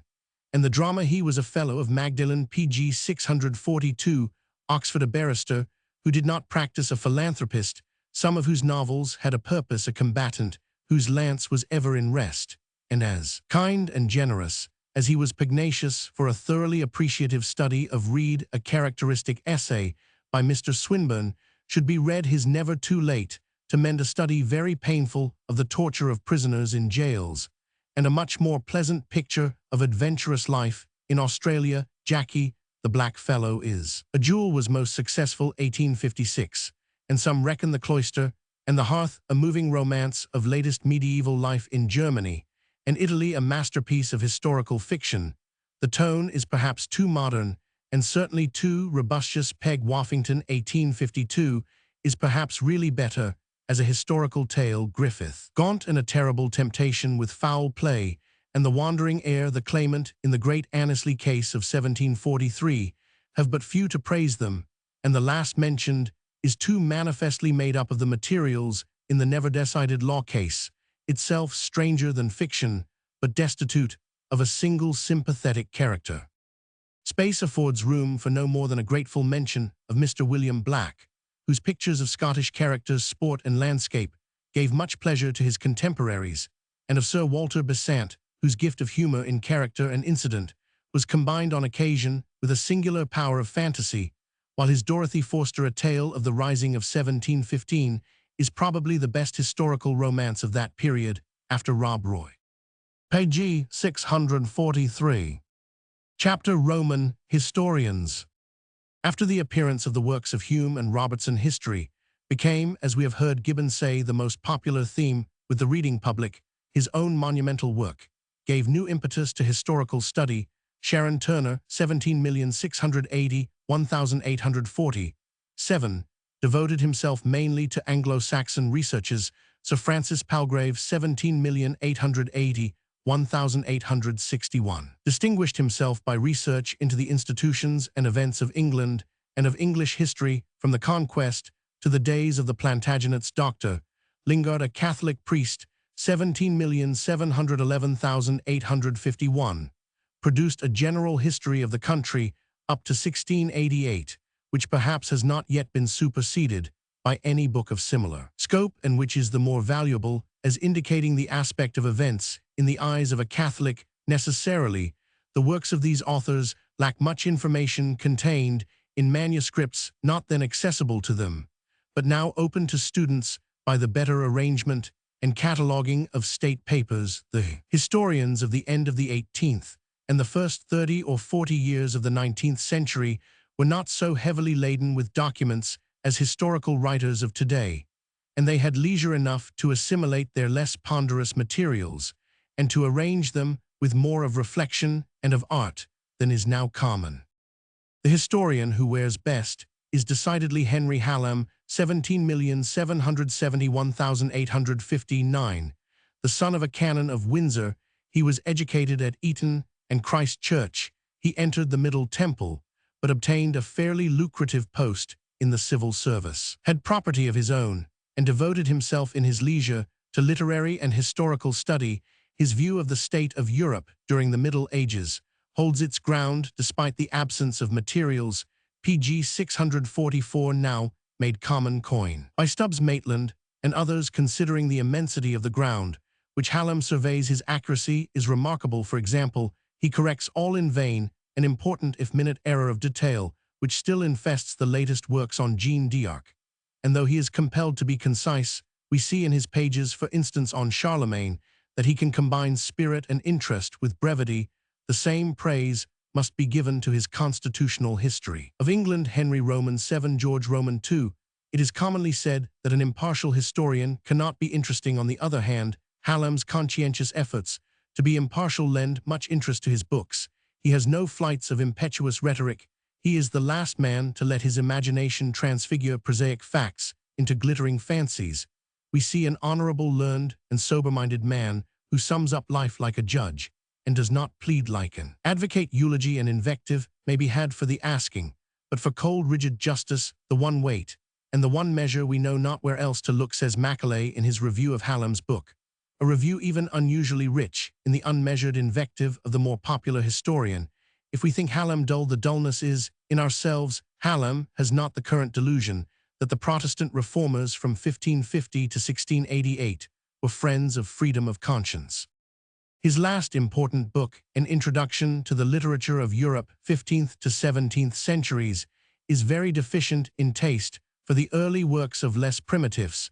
We cannot place the Iliad on a level with the Jerusalem of Tasso in some essential respects. On the other hand, Hallam speaks thus of Christopher North, Professor Wilson, a living writer of the most ardent and enthusiastic genius, whose eloquence is as the rush of mighty waters, with more to the same effect. Spenser's stanza is particularly inconvenient and languid in narration. Hallam has in fact very little space for inspiriting literary criticism.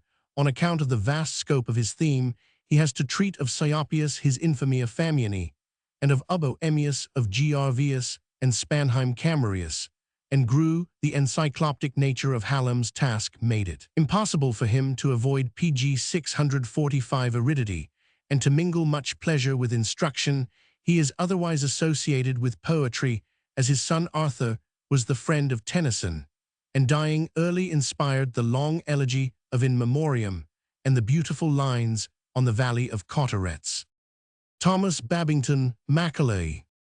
Thomas Babington Macaulay, born at Rothley Temple in Leicestershire on 25 October 1800, is an ideal representative of one mood of the English mind and character during the first half of the 19th century, though the Mac in his patronymic be Gaelic. He and his forefathers had little in them of the typical Celt.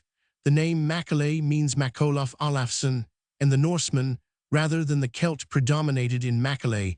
His great-grandfather, the Rev. Ole, and his grandfather, the Rev. John, are reported by Bishop Forbes in the Lion in Mourning to have been personally and peculiarly active in attempting to gain the prize of 30,000 offered by the English government for Prince Charles. Their enterprise did not suit the Celtic character. Macaulay's father, Zachary, was a deeply religious man, a member of the so-called Clapham sect of evangelicals. Though he was at one time prosperous in business, so much of his time and energy were given to Negro emancipation that misfortunes came and Macaulay had to work hard for his livelihood. There are no more delightful chapters in biography than those in which Sir George Trevelyan describes Macaulay's childhood.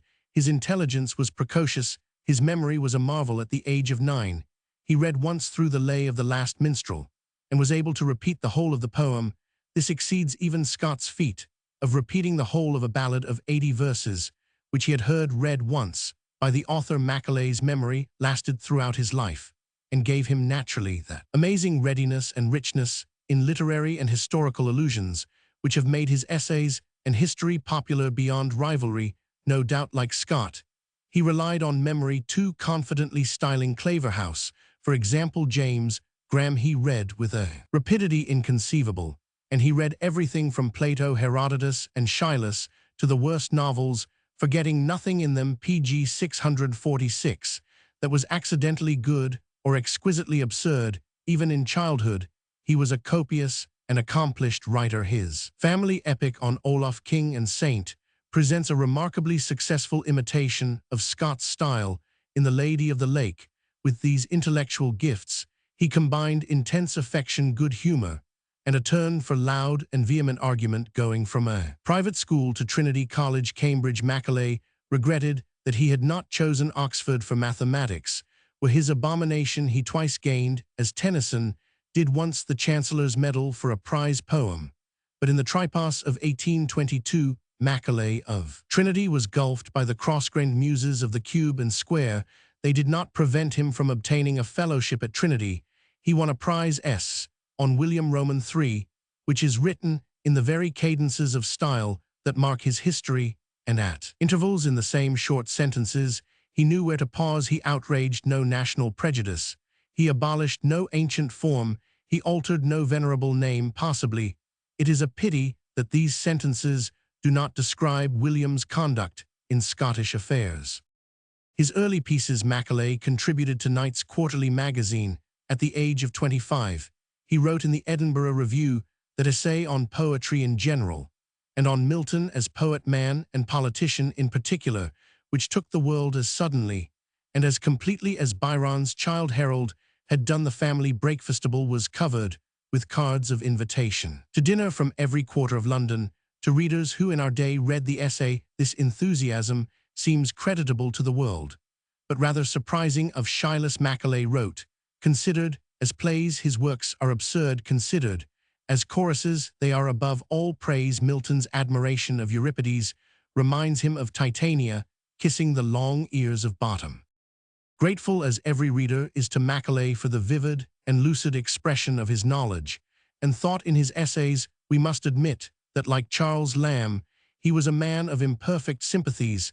Miss Edgeworth, delighted to find her own name in a footnote to his History of England, expressed to him her regret that Scott, who had written with entire impartiality about pg 647 Macaulay's period, was not once mentioned. In truth, after reading Lockhart's Life of Scott, with its magnificent and melancholy close, in the Journal of a Man working himself to death for honor's sake, Macaulay wrote thus of Sir Walter in Politics: "A bitter and unscrupulous partisan, profuse and ostentatious in expense, agitated by the hopes and fears of a gambler, sacrificing the perfection of his compositions to his eagerness for money in order to satisfy wants which were produced by his extravagant waste or rapacious speculations. This is the way in which he appears to me." Scott was a Tory, and from Macaulay's remarks we understand the justice of his studies of historical characters. The rapacious speculator, in fact, had shown extravagant waste in publishing books, not his own, of disinterested research. When he was ruined, he gave away his work, because he had not money to give. The bitter and unscrupulous partisan, as a historian of his country, was more than scrupulously fair. Of Brougham's essays, Macaulay wrote, "All the characters are either too black or too fair. The passions of the writer do not suffer him even to maintain the decent appearance of impartiality." These are the very charges brought against Macaulay's own characters of William Penn the Quaker and Claverhouse the Cavalier, while no historian perhaps can defend his account of Sir Elijah Impey had a Stuart king behaved as William Roman III did. In the matter of the Darien enterprise, we can easily imagine the style in which Macaulay would have dusted the varlet's jacket, but with lapse of time, his bias, his prejudices can be discounted. As early as 1828, he wrote, "A perfect historian must possess an imagination sufficiently powerful to make his narrative affecting and picturesque." That power of imagination he possessed and exercised so delightfully that his history was at once purchased more eagerly than a poem or romance, both as a collector of materials and as a traveler to the scenes of which he was to write. Macaulay toiled with his own unexampled energy and rapidity. It is well worth while to read his account of his own methods, both in study and in composition. 1. Page 648. It is not the good fortune of most historians to possess even Macaulay's private means, the savings of 5 years passed in India as legal member of the Indian Council, nor can his practical knowledge of politics and of the world be often found among students, while his natural gifts of imagination and of expression are almost unexampled. His intellect had the limits of his class, his age, and his robust and hasty temperament.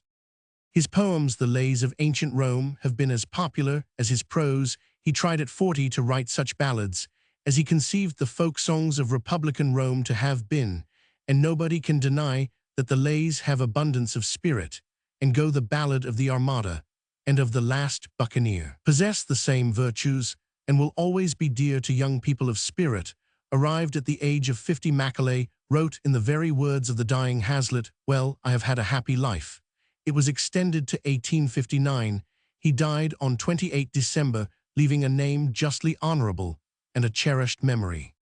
Thomas Carlyle. Carlyle, 17,951,881, with Burns, Knox, and Scott, is the chief representative in letters of the good, and the not so good, in his own words, applied to Sir Walter, of the Scottish character. Unlike the other three, Carlyle was thrown a word not easily translated, but implying a certain twist or perversion towards the whole nature of things. The apostle of silence was the most voluble of mortals. The peasant stoic felt the pain of the pea beneath a heap of mattresses as keenly as the delicate princess of the fairy tale. Carlyle was first of all a Scottish humorist. That peculiar humour of which Southrons deny the existence underlay the fateful gloom of the philosopher and historian who beheld his country shooting Niagara, who saw that society was rotten and doomed, and who found no remedy except in the arrival of a Cromwell or a Frederick. He praised the keen, unscrupulous force of such heroes. Though he did not use the term Superman, he believed in the idea. It is quite certain that he had great tenderness and friendliness. His affection for Lockhart, so unlike him superficially, pg 649, though Lockhart too was tender melancholy, and Thrawn is really touching. Carlyle had our Scottish kindness in Knox's phrase, that his attachment to kin and clan, even in his dourest moods of personal invective, his bark was worse than his bite. But there was a great deal of bark. The conclusion of the whole matter in the long dispute as to the relations of Carlyle and Mrs. Carlyle is that with a deep mutual affection, theirs was a life of cat and dog. Born in 1795 at Ecclefechan in Dumfriesshire, Carlyle was the son of a stone mason, though his genealogy traces him back behind the Conquest to the Carlisle lords of Torthorwald. Educated at the Grammar School of Annan and the University of Edinburgh, Carlyle was for some years a dominie much at odds with himself and the universe. He found guidance in Goethe and other Germans, wrote in Fraser's Magazine and elsewhere essays often historical. In London, met Coleridge and Lamb, who was in one of his wildest moods, wrote a life of Schiller in the style of a man of this world, married in 1826, and for 6 years was brooding, grumbling, studying, writing, and making himself in the bitter solitude of his wife's little lairdship Craigenputtock. Here he produced, in his own characteristic manner, Sartor Resartus, a disguised autobiography, a humorous and mournful version of his own struggles to find bottom in a universe apparently bottomless, that most things are shams, and that shams are doomed was Carlyle's message. The fate of shams was illustrated in the fiery pages of his French Revolution, written after he went to his lifelong home in Chain Walk, Chelsea, where it could not be said that, as in Kilmany's fairyland, the cock never crew. When, despite cocks and other disturbances, Carlyle, with heroic efforts of study, had finished the first volume, John Stuart Mill lent it to a lady, and it was never seen again. Her cook may have been a Betty Barnes. Carlyle returned to his task, and in 1837 the book astonished the world. It had all the color of romance, and despite the discoveries of recent research, it seems substantially accurate in detail. Heroes and hero worship, and the past, medieval and present, preluded to his very laborious letters, and pg 650 speeches of Oliver Cromwell 1845, with many a groan over the confusion of his materials, and with many a shout of applause to the orator of the speeches. Carlyle set Oliver in the light of day, interpreting the studied ambiguities of such speeches of the hero, as he makes to the puzzled Wildrake in Woodstock. Sir Walter's Cromwell is probably as correct a portrait of the Protector as Carlyle's, and Carlyle's must be compared with the less enthusiastic study by Mr. S.R. Gardiner. Carlyle took conscientious pains with the military part of his history, visiting the battlefields and becoming epic in the fiery spirit of his description of the defeat of his countrymen at Dunbar. A chart picture of the battle evaded his research, and his account is not absolutely correct. After another prophetic cry of doom in latter-day pamphlets, 1850, Carlyle plunged for many years into the labor of studying Frederick the Great. The toil outwore his force, and it may be complained that he did not focus his subject, yet none of his books is of greater interest, and he is the prophet of the modern greatness of Germany. We see how Fortis Etruria crevet through discipline, patriotism, self-sacrifice, enduring hardness, and obedient to her greatest men. No other than Carlyle could have told the story with so much alluring animation. His military history, too, is most conscientiously studied. His native gift of observing and divining and describing in his own words on a singularly private scene witnessed by him, with perhaps some humorous exaggeration, found ample scope in his work on Frederick, as well as in his French Revolution. No doubt he overdid the trick of reiterating traits in Dickens' manner. For a truly candid censure of his style, an essay by his obliged friend Leigh Hunt may be consulted. See remarks on Leigh Hunt. Occasionally, as in his essays on Cagliostro and the Diamond Necklace, Carlyle's freedom of style and his attacks on his authorities are somewhat infuriating. The reader wants to be told a plain tale Without these excursions, exclamations, and imaginations, Carlyle regarded imagination as one of the wings of history and perhaps encouraged the too freely imaginative narrations of his friend Froude. Page 651. To him, unhappily, he bequeathed the autobiographical papers of himself and his wife, which Froude handled to the best of his power, as he understood that Carlyle had desired that they should be treated. There followed outcries from the more ferocious admirers of Carlyle, though Froude had done his best to obey his master, that he could not be absolutely accurate. Is certain but disloyal he never was. There is no doubt that Carlyle, irritable, absorbed in his work, and taking his wife's exemplary care of him for granted, was ill to live. Why, while she had a tongue with a tang, these facts have produced a jungle of deplorable writings, but of Carlyle's genuine goodness and kindness, no one who saw him could reasonably doubt. The style of Carlyle was unique, unimaginable, except by himself, the worst of models for others, and exquisitely fitted to embody his own idiosyncrasies. In short, it is in prose, not wholly unlike that of Browning in many of his poems, to address the world in this voice, when he was almost unknown, demanded a courage and confidence in which Carlyle was not deficient. One is occasionally reminded of the methods, illegitimate but effective, of the author of Tristram Shandy, and again of Rabelais. James Anthony Froude.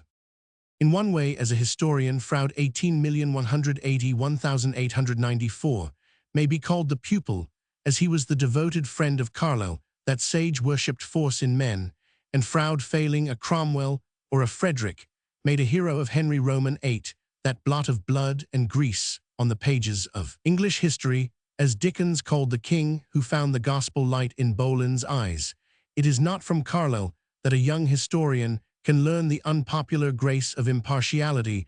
To read Froude, you would suppose that the Protestant party in the 16th century were innocent of the blood shed by political assassins, whereas the godly slayers of Beaton Rixio and the Duc de Guise, like Elizabeth, when she bade Paulet murder Mary Stuart, were precisely on a level with the wood murderers of Elizabeth and Henry Roman VIII was burning martyrs of all shades in England, while the Beatons were doing the same thing to heretics in Scotland. Henry was perhaps even more pg 652 treacherous than he was lustful and cruel, but it is in the original sources, not in Froude's history, that you discover the fact.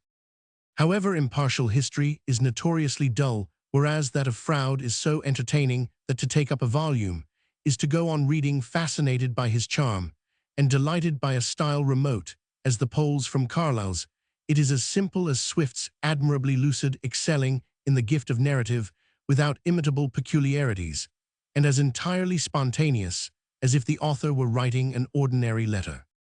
Froude, with his brother Richard, was at Oxford when Newman was the great influence among the junior fellows. Exeter was Froude's college, and Froude went so far with the movement as to work at the lives of some early English saints, but the innocent legends of their miracles were too much for his belief, despite the excellent evidence for some of those of St. Thomas of Canterbury.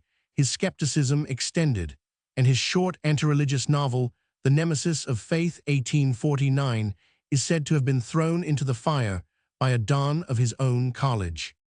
He turned to historiography of England from the reign of Henry Roman VIII to the defeat of the Armada, and he resolutely attacked the great masses of Spanish contemporary manuscripts at Simancas. It was a knightly deed when we think of the handwriting of the period and the sometimes inextricably bad grammar of the writers. Different modern historians, in one case, give diverse translations of one crucial passage, and it seems that all of them are wrong, but Froude committed many errors which were not perceived by his furious assailant Freeman, who did not know where to have him, but are conspicuous when we compare his work with his authorities. He is quite untrustworthy. He has taken fragments from 3 letters of 3 different dates and printed them with marks of quotation as if they occurred in a single letter. He accuses Mary Stuart of a certain action on the authority of the English ambassador, and when we read his letter, we find him saying that rumor charges Mary with the fact, but that he does not believe it. Froude describes a dramatic scene in which Elizabeth triumphs over the Scottish envoys sent to plead for Mary's life, and when we examine the authorities to which an erroneous reference is pg 653 given, we find in them No such matter, no such scene. The impression given is that Froude read his authorities, let what he read simmer in his mind, let his fancy play freely over it, and then wrote in picturesque and alluring fashion on the dictates of romance, without ever comparing what he wrote with what his authorities recorded. They are uninteresting. Froude is extremely interesting as a maker of literature. He is in the first rank as a chronicler of the truth. He is not always trustworthy. He did not know his subject all round of Scotland. He knew little, and was wedded to the belief that James Roman I was the first of the Stuart line. He gravely repeats and embellishes Knox's mythical account of the disaster of Solway Moss. But probably the English dispatches of the day were not accessible to him. How much of the interest of his book would survive if it were reduced to the sober verities one cannot estimate, but his wonderful power of giving a kind of bird's-eye views of most complicated European situations in politics must remain unmatched. Froude, against his bias, made it seem almost certain that Elizabeth had guilty foreknowledge of the death of Amy Robsart. He leaned on a letter of the Spanish ambassador, and reading the Spanish for last month as the present month, he left an erroneous impression at the moment. 18,561,869. There seems to have been no English reviewer who had the necessary knowledge for Freeman, merely picked holes in the fringes of Froude's work. Froude wrote the English in Ireland, wrote books of political observations made in our colonies, and succeeding Freeman as professor of modern history at Oxford, lectured on Erasmus, and published his lectures, which were flown upon by the critics. He also wrote a good life of Bunyan and a longer biography of Caesar. His short studies are as interesting as his history, which is not likely to be superseded. As a literary view of a great period of history, it has no rival. It is as rich in original research as in portraits of characters. All that it lacks is a final comparison of the results with the authorities.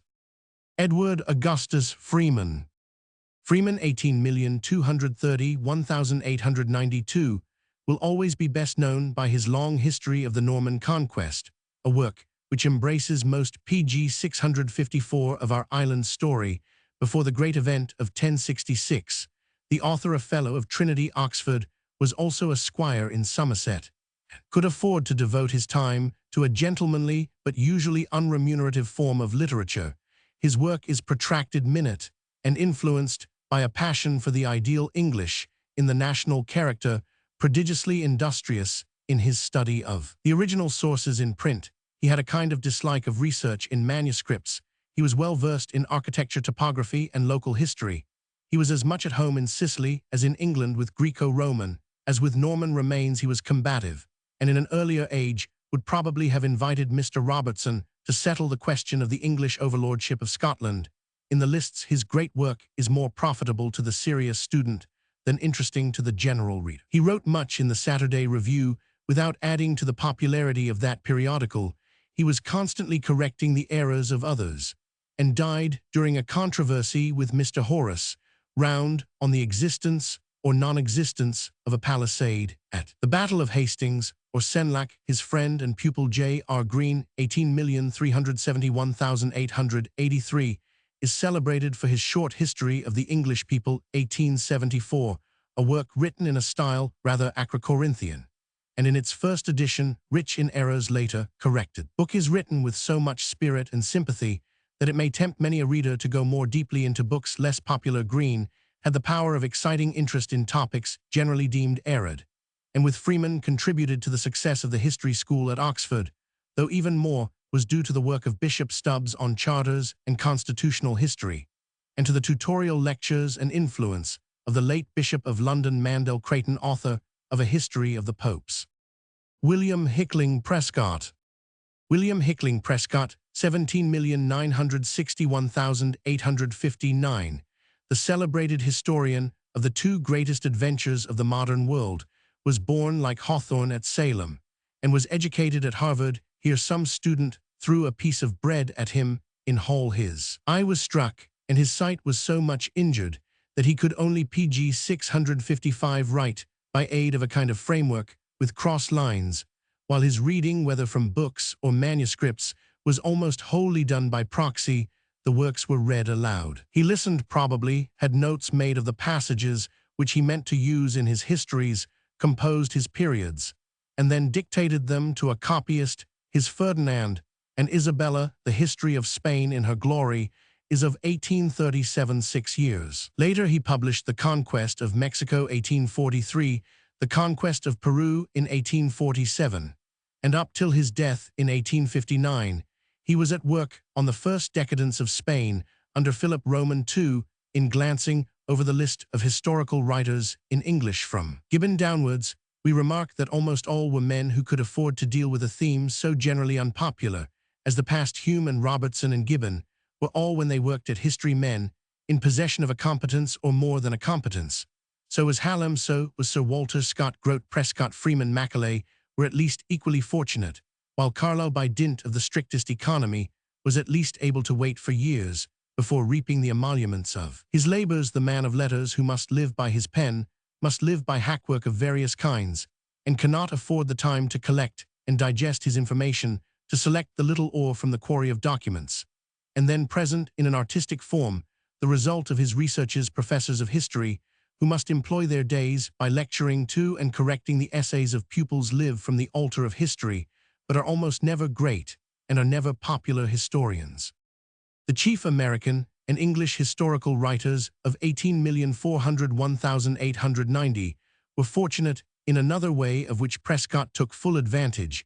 They might dare to be interesting, to describe striking events with what eloquence they had at command, and venture to dwell on the characters and fortunes of historical persons. Famous or obscure science, through the lips of 100 professors, did not then insist that historical writers must be dry, impersonal, impartial weighers of Annis and Cummins. Students of economics, scores of unread specialists, were not lying in wait to pounce upon every slip and blot out every touch of color. Pg 656. Indeed, Mr. Froude could and did go as he pleased, and his most unfriendly critics did not know the period of which he wrote. Nobody, like Mr. Gardiner later, gave a whole year of study to the documents of a single year. Now accuracy is a precious thing, but historians who live in constant fear of making a slip have not hitherto produced books which stand high as literature, books which are read for human pleasure. Again, in the last golden age of history, which was literature, the reading public, always a minute minority, was not wholly absorbed in new novels. Thus, the historians of that time had many advantages, and they were men who deserved their opportunities. Once more, when Prescott set to work, the states of Europe at last began to permit men of letters to make free use of their collections of old public documents, letters, dispatches, books of accounts, while the Royal Academy of History at Madrid gave the greatest facilities to the assistance of Prescott, a favor denied in the 18th century to Dr. Robertson. The president of the Academy placed his own fine collection of documents at the disposal of the American historian, as did Sir Thomas Phillips in England, and the archives of Mexico were open to him, while he read, of course, through the remarkable book composed after the conquest, from the evidence of the learned Aztecs by Sahagun and the delightful chronicle of one of the conquerors, Bernal Diaz. New materials may since have come to light, but Prescott, rejoicing in the rich mine of true romance, writing with zest and spirit and wide erudition, produced his 2 books on the 2 great adventures of Cortes and Pizarro in such a form that his works cannot be superseded. It is said by an American critic that the imperial palaces, which he saw in an imagination kindled by that of the Spanish conquerors, have dwindled to large communal houses inhabited by barbarians, and that he lived too early to make use of the results of archaeological research.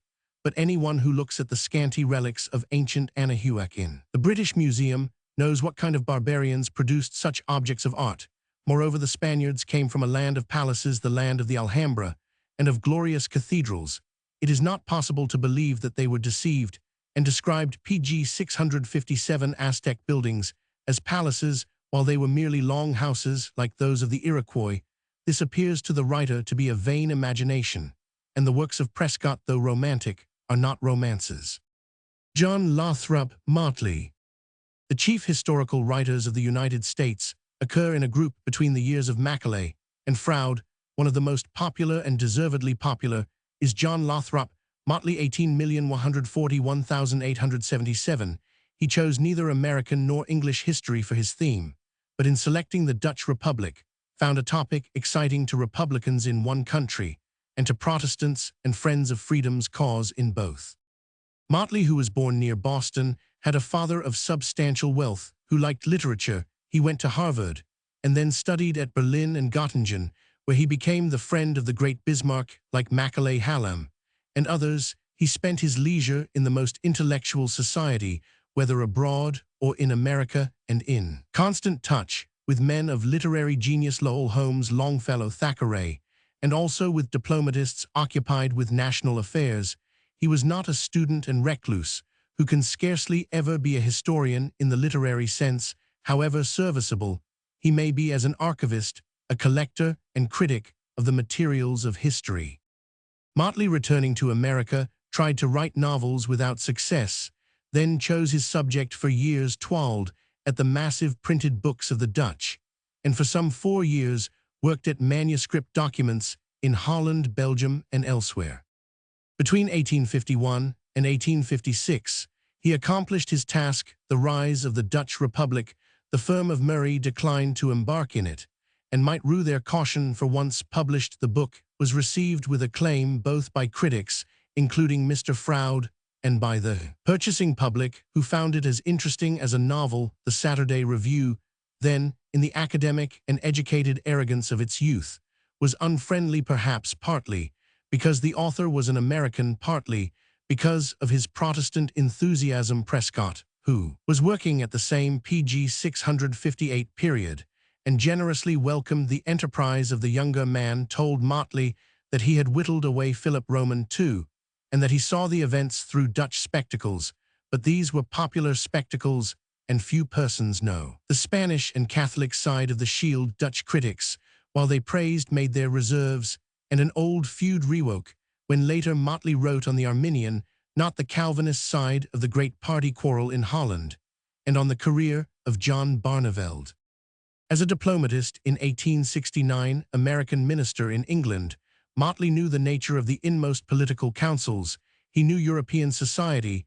He had in much the same measure as Froude the art of making the dry bones of the past clothe themselves in flesh and blood, in steel armor, or in satins and velvets. He had access to many dispatches, often in cipher, always in the hardest of all handwritings, that of the 16th century before the Roman hand was adopted, and he labored at these with iron endurance, turning his results to favor and to prettiness by the graces of his pictorial style. His continuation of his work, The History of the United Netherlands, published by Mr. Murray, was completed in 1865. His Life of John of Barneveld in 1874, he died in England 1877, and there is buried. His work has not been, and for English readers is never likely to be, superseded, though it would gain by addition of notes from eminent Dutch critical historians. He was of a beautiful presence, and according to Lady Byron, had a most wonderful likeness to the poet. His letters are full of amusing gossip about the world of Thackeray and Macaulay. Other historians: Sir William Napier, 17,851,860, who fought with distinction under Wellington in the Peninsula, combined with his great personal knowledge of the war, conscientious research in documents, and a style of the most brilliant eloquence. Impartial he was not, and he had the fiery temper of the Napiers, but modern research, as in Mr. Oman's great work, now corrects him and now complements his information. Pg 659.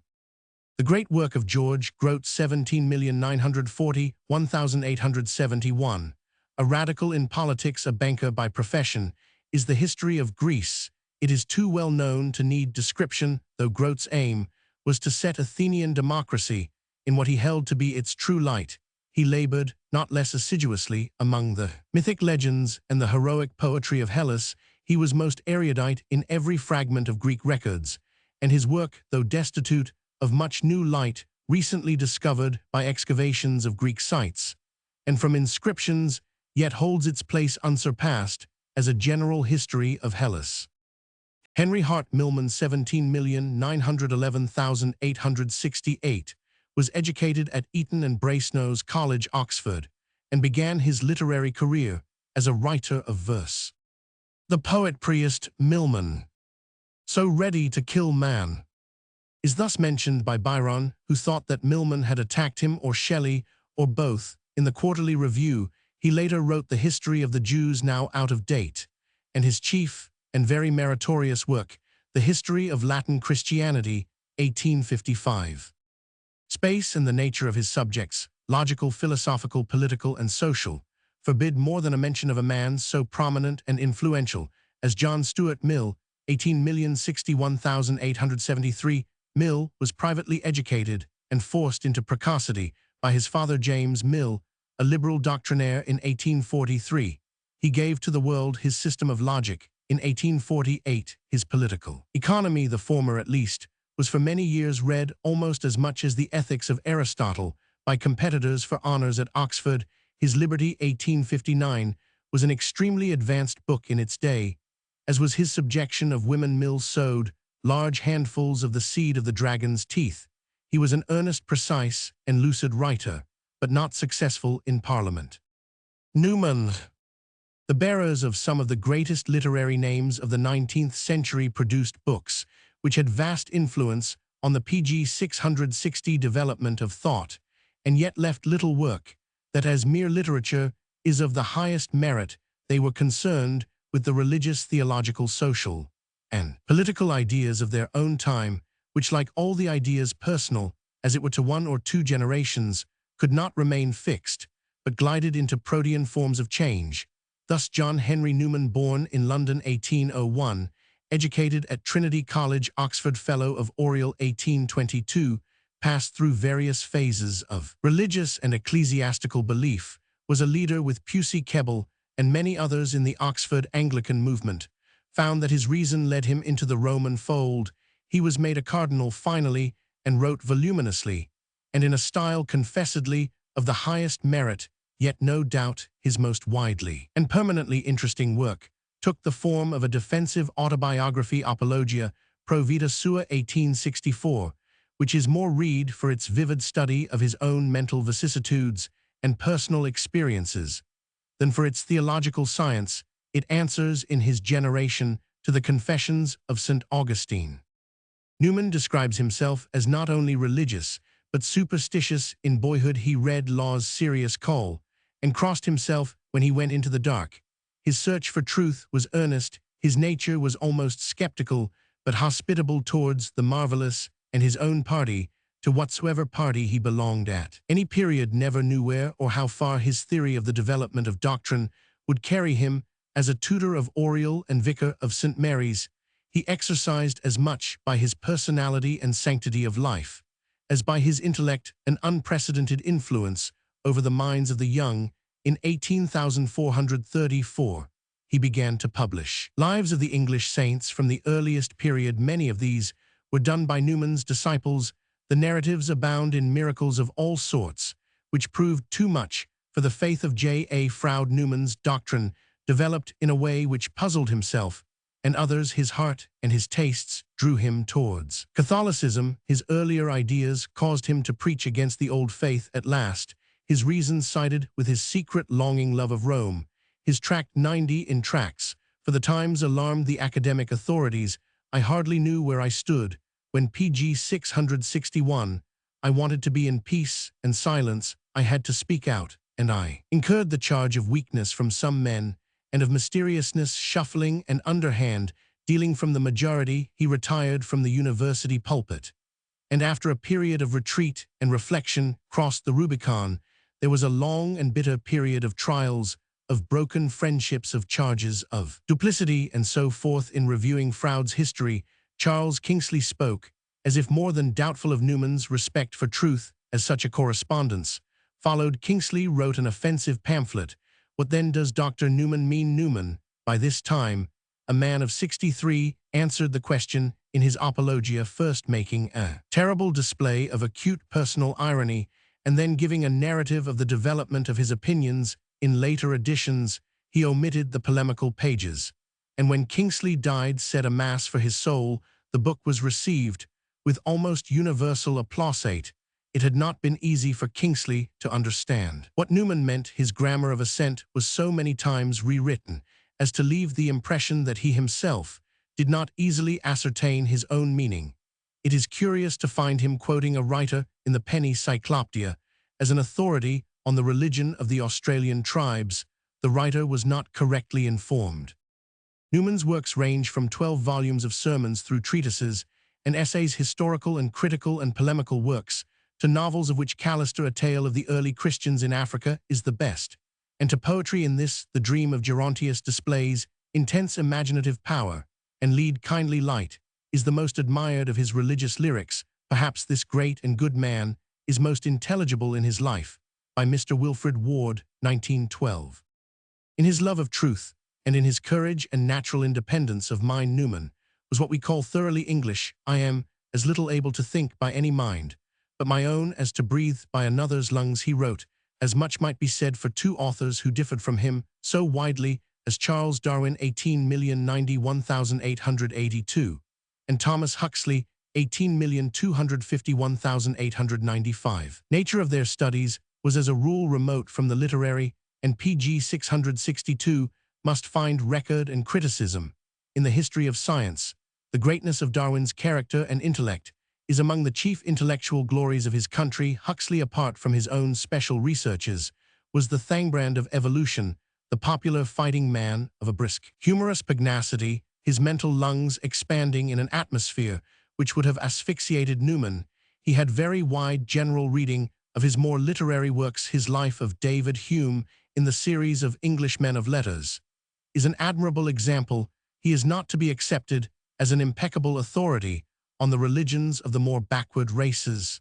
The same caution must be extended to the anthropological works of Herbert Spencer, a single-hearted seeker after truth, with a very peculiar scientific style of his own. Of all men who wrote much and earnestly and persuasively, Spencer was the least of a reader to much good literature. He was even antipathetic. His tastes may be studied in his autobiography. W. E. H. Lecky. Among historians of the later Victorian age, W. E. H. Lecky, 18,380,1903, held a position which was all his own. He was not an explorer among difficult and ancient archives like Froude. He had not Froude's imaginative and pictorial genius and power of bringing dead times and personages vividly before the inner eye. He had neither the wide general historical knowledge of Freeman nor Green's combination of effective rhetoric with very considerable learning. The minute and laborious accuracy of Gardiner, focused on a space comparatively limited, was not his. It was said of him at the moment, when still very young, he produced his History of the Rise and Influence of the Spirit of Rationalism in Europe, 1865, that he seemed infinitely more familiar with Latin and French than with Greek and German, and so he continued to be, but he gave to the general reader the results of wide reading. He was as lucid as he was fluent. His style was unborrowed, but descended from that of the 18th century, and so candid was he that he spoke of the honesty of the old pretender James Roman 8 and Roman 3 as pg 663 heroic. Few historians have been so precocious, few more popular. Born in 1838 of a landed Irish family of Scottish descent, he was educated at Cheltenham College and Trinity College, Dublin. In his 23rd year, he was already a published historical writer. Leaders of public opinion in Ireland. He traveled in Spain, Italy, and France, and in 1865 published his work on the history of rationalism, which was warmly welcomed and remains justly popular book. But in accordance with the nature of historical science, it is such a history of rationalism, beginning with a study of the belief in witchcraft and the attendant cruelties. As a young man of talent taking up the subject today could no longer write much, is adopted from Michelet Maury and Garinet. The psychology of the topic was in 1865 unknown, and today only a very daring youth could aver that the Rev. Mr. Kirk published A Secret Commonwealth in 1691 or at any other date. But the work is full of interest for the general reader. The author won a deserved success and was 31 years of age when he followed it up with his History of European Morals, a topic that might have taxed the erudition of the maturity of Gibbon.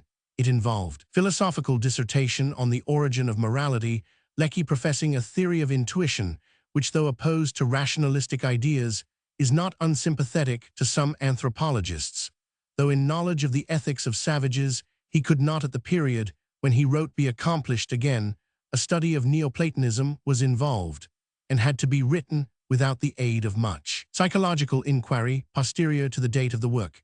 The researches of the future antiquate works on such large subjects as the history of morals with ruthless rapidity.